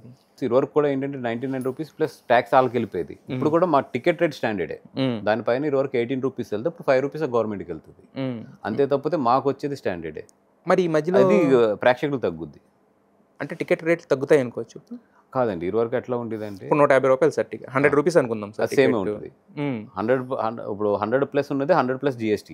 99 రూపీస్ ఉన్నది ఇదివరకు 19 ప్లస్ 12% GST పడేది కదా. ఇప్పుడు 19 ప్లస్ 5% GST పడుతుంది. అదే తగ్గేది అని అంటాం. టికెట్ రేట్ మీద తగ్గుతుంది. ఇప్పుడు 99 రూపీస్ ఉన్నది ఇప్పుడు 95 96 అలా వస్తుంది. సో ఓవరాల్గా at the end of the day అది benefit to the audience. Sir, అయితే థియేటర్లో సినిమా చచ్చిపోతుందని మాట్లాడతారు. ఎవరి సినిమా లేనప్పుడు వాళ్ళు అంటే ప్రాంగా మాట్లాడితే కనుక ప్రొడ్యూసర్స్ అందరూ మాట్లాడుకోవాలి, కలిసి కూర్చుని దీన్ని ఎలా అయినా బతికించాలి అని అంటారు. బట్ ఒక పెద్ద సినిమా వచ్చినప్పుడు రేట్లు పెంచేస్తున్నారు సార్. థియేటర్లో అప్పుడు సినిమాని ఎవరు చంపుతున్నట్టు సార్ మీ ఉద్దేశం ప్రకారం? అంటే మీరు చూడండి, అంటే దీంట్లో డిబేట్ ఎట్లా ఉంటుందంటే చీపెస్ట్ వచ్చి ఇప్పుడు కూడా సినిమాయే. అవును, 2 అవర్స్ మీకు ఏసీ 2 అవర్స్ ఒక 100 కోట్లు కొన్ని 100 కోట్లు పెట్టి తీసిన సినిమా అని పర్ హెడ్ మ్యాక్సిమం ఎంత 375-400 రూపీస్కి చూపిస్తున్నారు. ఓకేనండి. So as a film to your spending is not that cost compare to the so many things. But cost ఎక్కడ ఉందంటే other things in the theatres. అంటే పాప్కార్న్స్ అవ్వచ్చు, ఇది అవ్వచ్చు. ఈవెన్ నేను వెళ్తేనే షాక్ అవుతున్నా పాప్కార్న్ రేట్స్కి. కూల్ డ్రింక్స్ రేట్స్ కానీ ఇవన్నీ చూసారు. అవి ఇప్పుడు వెళ్ళిన తర్వాత పిల్లలు అడిగితే ఫాదర్ కొనకుండా ఉండలేడు, లేదా ఫాదర్ కొనకపోయినా లోపల ఫీల్ అవుతాడు, అరే ఆడు అడుగుతున్నాడు నేను చేయలేకపోతున్నానని. అలాంటప్పుడు తీసుకెళ్తా మానేస్తాడు, OTT ఉంది కదా అనేది.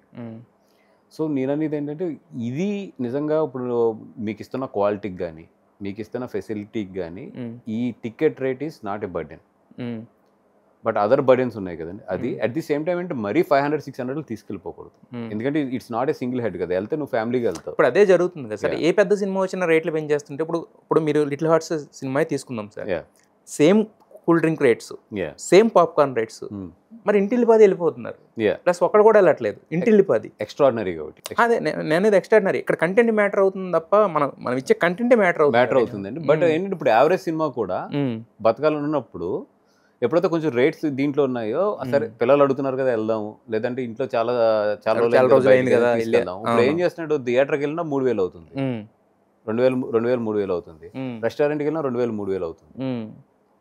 సో థియేటర్ బదులు ఒకసారి రెస్టారెంట్ చూస్ చేసుకున్నాడు. ఇదివరకు ఏంటంటే థియేటర్కి వెళ్తే 500లో బయటకు వచ్చేసారు, బయటకి వెళ్ళామనే ఫీలింగ్ ఉండేది. సో అప్పుడు థియేటర్ చూస్ చేసుకున్నారు. ఇప్పుడు రెస్టారెంట్ అంటే థియేటర్ ఈక్వల్ అయిపోయినప్పుడు బయటకు వెళ్ళినప్పుడు రెస్టారెంట్ కూడా చూస్ చేసుకుంటున్నారు. అందుకే చూడండి, మీకు ఇప్పుడు హైదరాబాద్లో కానీ ఇక్కడ కానీ రెస్టారెంట్ చాలా పెరిగినాయి, వీకెండ్స్ కానీ ఇవన్నీ కూడా. థియేటర్స్ తగ్గుతున్నాయి అట్ ద సేమ్. అదే అప్పుడు మీరు ఖచ్చితంగా కంటెంట్ మీద కూడా దృష్టి పెట్టాలి కదా, కంటెంట్ ఎక్స్ట్రాడినరీ పెట్టాలి. అట్ ద సేమ్ టైం వాళ్ళకి ఏంటంటే మిగతా అన్నిటికన్నా కూడా ఇక్కడ తక్కువ అవుతుంది అనే ఒక ఫీలింగ్ రావాలి. ఈ అన్ని కాంబినేషన్లోనే థియేటర్ బతుకుద్ది. ఎందుకంటే థియేటర్ అనేది మల్టిపుల్ బిజినెస్ కాదు, ఇట్స్ ఏ స్పెసిఫిక్ బిజినెస్. ఆ స్పెసిఫిక్ బిజినెస్కి రావాలంటే అదే. ఇప్పుడు చాలామంది ఏంటంటే వెళ్ళి తెచ్చేసుకుంటున్నారు గవర్నమెంట్ దగ్గరికి వెళ్ళి, అంటే గవర్నమెంట్స్ ఫ్రెండ్లీగా ఉండబట్టి వాళ్ళ దగ్గరికి వెళ్ళి రిక్వెస్ట్ చేసి తెచ్చేసుకుంటున్నారు. బట్ అది సస్టైన్ కూడా అవ్వట్లేదు కదా, అది 10 రోజులు తెచ్చుకుంటున్నారు, వీళ్ళు 4 రోజులకి మళ్ళీ 4 రోజులకి మళ్ళీ నార్మల్ రేట్కి వచ్చేస్తున్నాయి కదా. మరి అంటే ఒక లెవెల్ దాటి పెంచేస్తారు. ఒక కలెక్టివ్ డెసిషన్ అనేది ఉండాలి కదా సార్, అది కష్టమా అది కష్టమేనండి. ఎందుకంటే ఇండస్ట్రీ ఎస్పెషల్లీ ప్రొడ్యూసర్స్ మధ్యలో ఎప్పుడు కలెక్టివ్ డెసిషన్ అనేది చాలా కష్టం. ఎందుకంటే each individual case is different for the producer. ఇప్పుడు నాకే ఉంది, ఇప్పుడు నేను తీసే సినిమాలో ఈచ్ ఫిల్మ్ ఈజ్ డిఫరెంట్. అలాగే ఈచ్ ప్రొడ్యూసర్ మళ్ళీ from the each other producer he's a different person. వాళ్ళకుండే ఫైనాన్షియల్ ఈక్వేషన్స్ కానీ, వాళ్ళకుండే ఫైనాన్షియల్ లెక్కలు కానీ ఇవన్నీ కూడా చాలా ఉంటాయి. అండ్ ఇప్పుడు ఈరోజు రిస్క్ కూడా it's not a small risks, అన్ని కోట్ల మీద ఉంటాయి, క్రోర్స్ ఆఫ్ దీని మీద ఉంటుంది. సో ఈ క్రోర్స్ ఆఫ్ దీన్స్లో కొలాబరేటివ్గా వెళ్దామంటే అవ్వదు. అదేంటంటే బేసిక్ రూల్స్లో కరెక్ట్ చేసుకోగలం, కానీ ఫైనాన్షియల్ ఎప్పుడైతే ఇన్వాల్వ్ అవుతుందో nobody we can bring them to the మనం ఒక సింగిల్ డెసిషన్ మీద తీసుకురావాలి. ఎందుకంటే ఫైనాన్షియల్ డెసిషన్స్ ఉంటాయి దాంట్లో. అది కాకుండా షూటింగ్ పరంగా పోతే ఒక దుక్కుకు వస్తారు, కానీ దాని ఫైనాన్స్ ఈజ్ ఇన్వాల్వ్డ్ రారు. నాకు వచ్చే నష్టం నువ్వు భర్తీ చేస్తావు అని మాట్లాడతారు అనే మాట ఆబ్వియస్గా వస్తుంది, సింపుల్గా వస్తుంది. ఎందుకంటే ఇప్పుడు నా డబ్బులు కానప్పుడు నేను ఉండొచ్చు కదా అంటారు. నేను నా డబ్బులు నిజంగా లాస్ అవుతున్నప్పుడు నాకు ఆ పెయిన్ ఉంటుంది కాబట్టి ఆ రోజు కొట్టుకుంటూ ఉంటాం. అయితే యాక్చువల్గా ఇప్పుడు తండేలు అనే సినిమా తీసేది సార్ మీరు గీతా ఆర్ట్స్ మీద, చాలా రోజుల తర్వాత గీతా ఆర్ట్స్ మీద వచ్చిన పెద్ద సినిమా, అంతే గ్రాండ్ స్కేల్లో రిలీజ్ చేశారు. మీరు అనుకున్నంత చేసిందా సార్ సినిమా? నేను ఏదైతే అనుకున్నానో అదైతే మాత్రం వెరీ మచ్ సాటిస్ఫైడ్. అది కమర్షియల్గా అప్పుడు ఆ టైంలో ఏదో ఒకటి పోస్టర్స్ గురించి ఒక చిన్న ఇది వచ్చింది కదా, యాక్చువల్గా పెంచేస్తున్నారు లేకపోతే సంథింగ్ అది ఇది అని చెప్పి. పెంచేస్తే ఆడియన్స్ థియేటర్స్కి వస్తారా? అంటే మా సినిమా ఎంత చేసింది అని వేయడం అనే పోస్టర్ వలన ఆడియన్స్ థియేటర్స్కి వస్తారా? సినిమా కంటెంటే మాట్లాడుతుందండి. దానికి మించి మనం ఎన్ని పబ్లిసిటీలు చేసినా ఏం చేసినా కూడా దేనో సినిమా బాగుండా పబ్లిసిటీ చేస్తారు. మరి ఎందుకు సార్ వేసేస్తున్నారు తెలుసు కూడా కొంతమంది. ఇప్పుడు ఎగ్జాగరేషన్ అనేది ఒక ఎక్సైట్మెంట్ క్రియేట్ చేయడానికి ఒక 10% 5% అనేది పెంచుతారు. దట్ ఈస్ అది ఎవరు ఎస్ అన్న నో అన్న దట్ ఈస్ అ ఫ్యాక్ట్. దానికి మించి మరి 25% 30% పెంచేయడం అనేది నాకు కూడా తెలిసి బయట జరగదు. 10% అనేది జరుగుతుంది. అది కూడా ఏంటంటే ఇప్పుడు మాకు ఎట్లా ఉంటుంది అంటే ఓవర్సీస్ ఉంటాయి, ఆ ఓవర్సీస్లో కూడా యూఎస్ఏ క్యాలిక్యులేట్ చేస్తాం. యూఎస్ కాకుండా అదర్ ఉంటాయి చాలా, తెలియని కూడా తెలియదు, ఈవెన్ మీడియా కూడా తెలియదు నెంబర్స్ అవి. ఇవన్నీ కలెక్ట్ చేసుకున్నప్పుడు దాని నుంచి ఒక 10-15% అనేది జనరల్లీ ఎగ్జాగరేట్ చేస్తారు, ఎందుకంటే to give the hype to the film and ఈటీకి. అంతే తప్పితే 25% 30% అయితే I don't think regular producers ఎవరైతే చేయరు. మీరు అక్కడ పోస్టర్ మీద వేసే నెంబర్లు మీరు చెప్పారు కంటెంట్ అనేది, ఆడియన్స్కి కంటెంట్ కావాలి కానీ కలెక్షన్స్ కాదు కదా. అంటే ఒకటి హైప్ క్రియేట్ అవుతుంది, అంటే లేదు వాళ్ళు ఫాలో అవుతారు. ఆడియన్స్ ఏంటంటే ఈ సినిమా ఎంత చేసింది ఏంటి అనేది టు డిస్కషన్ అది ఫాలో అవుతారు. డిస్కషన్ అంటే అది క్రౌడ్ పుల్ కాకపోవచ్చు కానీ బట్ ఒక డిస్కషన్ పాయింట్ అయితే కనుక ఇన్ఫ్లుయెన్స్ అవుతారు. అయితే బన్నీవాస్ గారి గురించి అడిగితే ఏంటంటే ఉంటే ఇక్కడ ఉంటారు, సర్కిల్ ఎక్కడ ఉంటారు, లేకపోతే ఆయన ఆఫీస్కి వెళ్తే కలవచ్చు, లేదంటే కనుక ముంబై అనే పేరు తప్ప నుంచి ఇంకే పేరు రాదు. ఏంటి సార్ ముంబైలో ఏంటి అంటే లేదండి, లాస్ట్ 5 yearsలో 2 హిందీ ఫిల్మ్స్ ప్రొడ్యూస్ చేసాం గీతా వైపు నుంచి. జెర్సీ ఒకటి హిందీలో ప్రొడ్యూస్ చేసాం, అది కాకుండా షేర్జాదే ఒకటి హిందీలో ప్రొడ్యూస్ చేసాం. దాని తర్వాత ఇప్పుడు అట్లీ గారు అండ్ బన్నీ గారి సినిమా వల్ల ఎక్కువ వెళ్ళాల్సి వస్తుంది. అది కాకుండా ఇప్పుడు మా సేల్స్ ఉంటాయి, ఇప్పుడు అమెజాన్ అవ్వచ్చు లేదా నెట్ఫ్లిక్స్ అవ్వచ్చు, వాళ్ళని కలవడానికి కానీ వాళ్ళతో కొంచెం ర్యాప్ మెయింటైన్ చేసుకోవడానికి కానీ అగ్రిమెంట్స్ కానీ అన్నింటికి ఎక్కువ తిరగాల్సి వస్తుంది. నేననే కదా ఇప్పుడు చూస్తే 50% ఆఫ్ ద ప్రొడ్యూసర్స్ ఎక్కువ ముంబైలోనే ఉంటున్నారు. బికాస్ ఇప్పుడు బిజినెస్ అంతా కూడా 70% బిజినెస్ ముంబైలోనే. అక్కడ హాయ్ హాయ్ అన్నట్టు కనిపించుకున్నట్టే ఉంటుంది. ఓకే, మరి AA22 మీరు అంటే you are not the official spokesperson for that, but also Bunny గారి తరపు నుంచి అక్కడ అన్ని చూసుకున్నారు కాబట్టి AA22 ఎలా జరుగుతుంది, ఏం ఎక్స్పెక్ట్ చేస్తారు? లేదండి, ఇట్స్ చాలా పెద్ద సినిమా అయితే తీస్తున్నారు సన్ పిక్చర్స్ వాళ్ళు. దాని డీటెయిల్స్ అన్నీ కూడా వాళ్ళు అఫీషియల్గా చెప్పాలి. బికాస్ అది ప్రొడక్షన్ స్టార్ట్ అయినప్పుడే మా అందరితో కూడా నాన్ డిస్క్లోజర్ అగ్రిమెంట్ NDA అంటాం, అది సైన్స్ అయింది అందరితో కూడా. సో దాని మోర్ డీటెయిల్స్ వాళ్ళు చెప్తారు, but it is coming in a very big way. అయితే మీరు ఒకసారి పాలిటిక్స్లోకి రావాలనుకున్నప్పుడు మీ మీద ఒక గోదావరి జిల్లాలకు సంబంధించిన ఒక తండ్రి కొడుకులు ఒక కుట్ర చేసి ఒక చిన్న ఆరోపణలు చేశారనేది ఒకటి బయటకు వచ్చింది, ఎంతవరకు నిజం సార్? ఇంకా పాలిటిక్స్లో కామన్ రావాలనుకున్నప్పుడు అసలు లేదు. ఇప్పుడు పాలిటిక్స్ లో ఎవ్రీ మినిట్ జరుగుతూనే ఉంటాయి. మనం మన వెనకాల నుంచి వాళ్ళు మన ముందు ఇట్స్ కాంపిటీషన్, లైక్ ఒకరిని తొక్కుతానే ఇంకొకరు పైకి రావడం అనేది జరుగుతుంది. అది కూడా నేను గేమ్ కింద స్పోర్ట్ కింద తీసుకుంటాను, అది స్పోర్ట్ అంతే. అది అవునా అంతే తప్పితే అదేదో నేను పర్సనల్గా తీసుకున్నాను ఇలా చేశారండి. ఎందుకంటే వాళ్ళు బతకడానికి అది వాళ్ళు చేయవలసిన ఇది రాజకీయ క్రీడ అది. దాన్ని ఎదుర్కోవడం మనకు తెలుసుండాలి దాంట్లో. అంతే తప్పితే అక్కడ రాజకీయాల్లో స్కెచ్ పడింది మనకు అనే దాన్ని మనం అఫెండ్ అయ్యే కన్నా కూడా దాన్ని ఎదుర్కొనే సత్తా మనకు ఉందో లేదో అనేది మనం చూసుకోవాలి తప్ప అఫెండ్ అయ్యే పలం అయితే అసలు రాజకీయాల్లోకి వెళ్ళకూడదు. అయితే మరి బన్నీవాసు గారి జర్నీ ఇక్కడ వరకు ఎక్కడో స్టార్ట్ అయ్యి ఇక్కడ వరకు వచ్చింది కదా, నెక్స్ట్ అంటే ప్లానింగ్ ఏముంటుంది, ఎలా ఉంది మీది నెక్స్ట్ ఫర్దర్గా? నాకైతే మంచి సినిమాలు తీయాలని ఉందండి. మంచి సినిమాలు తీయాలి, యాజ్ ఏ ప్రొడ్యూసర్గా బాగా నేను ఎదగాలి. మంచి సినిమాలు తీయాలి, యాజ్ ఏ ప్రొడ్యూసర్గా మంచి అరే ఇతను నేను ఎక్కడన్నా కనబడితే ఇతను భలే సినిమాలు తీస్తాడు, దట్ ఈస్ హై. నేను అంటే మ్యాక్సిమం ఇంకొక 5-6 years చేస్తాను అంతే. 5-6 years మ్యాక్స్ 6 years. 6 years తర్వాత ఐ వుడ్ లైక్ టు ఈ 6 yearsలో ఒక 4 సినిమాలు చేసినా 5 సినిమాలు చేసినా మంచి తీసి కొంచెం సంపాదించుకుని ఏదో ఒకటి మాత్రం. నాకు పిల్లలు అంటే ఇష్టం, చిన్నపిల్లలు అంటే లైక్ 10 years లోపు కిడ్స్ ఉంటారు కదా, వాళ్ళు చూస్తే నాకు చాలా ఇష్టం. అట్ ద సేమ్ టైం న్యూస్లో చదివినప్పుడు చిన్న చిన్న ఇన్సిడెంట్స్ చాలా బాధ అనిపిస్తాయి. So I want to be dedicated to వాళ్ళకి ఏదైనా గుడ్ చేయడానికి I want to be dedicated to that kind of ఇది. ఒక 6-7 years నుంచి మాత్రం ఇక్కడ ఎక్కువ ఇంకా దొల్లేలు అనేది అయితే నాకు లేదు అది. బట్ ఈ 6-7 yearsలో ఒక 4-5 films తీసినా కూడా అరే మంచి ఫిలిమ్స్ తీసాడు అనిపించుకోవాలనేది అంతే. అంటే ఏం సార్, అంటే పిల్లల కోసం అంటే ఏంటి, అంటే పాలిటిక్స్లోకి వెళ్ళాలనేది ఒకటి అనుకున్నారు కదా, అంటే అపార్ట్ ఫ్రమ్ దట్ పాలిటిక్స్ ఈ పిల్లలకి ఏదైనా చేయాలనేది మాత్రం నాకు ఉంది. అయితే నేను అంటే NGO kind of thing, NGO కనే అదే సంథింగ్ ఏదన్నా, అంటే నాకు క్లారిటీ లేదు కానీ వాళ్ళకైతే ఏదో చేయాలనేది మాత్రం గట్టిగా ఉంది. అది ఎలా చేయాలి, ఏం చేయాలి అనేది ఏదో థాట్స్ వస్తూ ఉంటాయి, అప్పుడప్పుడు రాసుకుంటూ ఉంటాను, ఎన్ని ఉంటాయి కానీ దానికి ఒక స్ట్రీమ్ లైన్ లేదు. But I want to dedicate 30-40% of my time to that children. తండ్రి కొడుకులకి ఇస్తారు సార్, అంటే ఒక జన్మనిస్తారు, దాని తర్వాత ఒక మంచి ఎడ్యుకేషన్ మనం ఏది కావాలంటే అది వాళ్ళకున్న స్తోమతలో చేస్తుంటారు. బట్ మీరు మీ నాన్నగారికి అన్నీ ఇచ్చినా కూడా ఒకనొక స్టేజ్లో ఉన్న దగ్గర నుంచి మళ్ళీ దాన్ని తిరిగి నిలబెట్టారు కదా, ఎలా చూస్తారు దాన్ని? Great achievement. అంటే మా ఫాదర్తో కార్లో తిరిగిన రోజులు ఉన్నాయి. అంటే నేను ఎదుగుతున్నప్పుడు డిగ్రీ వరకు ఇంట్లోంచి కాల్ బయటికి పెట్టకుండా చాలా హ్యాపీగా చాలా లగ్జరీస్గా వెళ్ళిన రోజులు ఉన్నాయి. అదే ఫాదర్తో ఎదిగిన తర్వాత అంటే నాకు ఆల్మోస్ట్ పీజీ కంప్లీట్ అయిన తర్వాత అదే ఊళ్ళో సైకిల్ మీద వెళ్ళిన రోజులు కూడా ఉన్నాయి. ఆ సైకిల్ మీద వెళ్తున్నప్పుడు ఆ చూపులు కూడా గుర్తుంటాయి. అంటే అదేదో నేను తప్పుగా తీసుకోను కానీ సార్ నేచర్ అది చూశాను.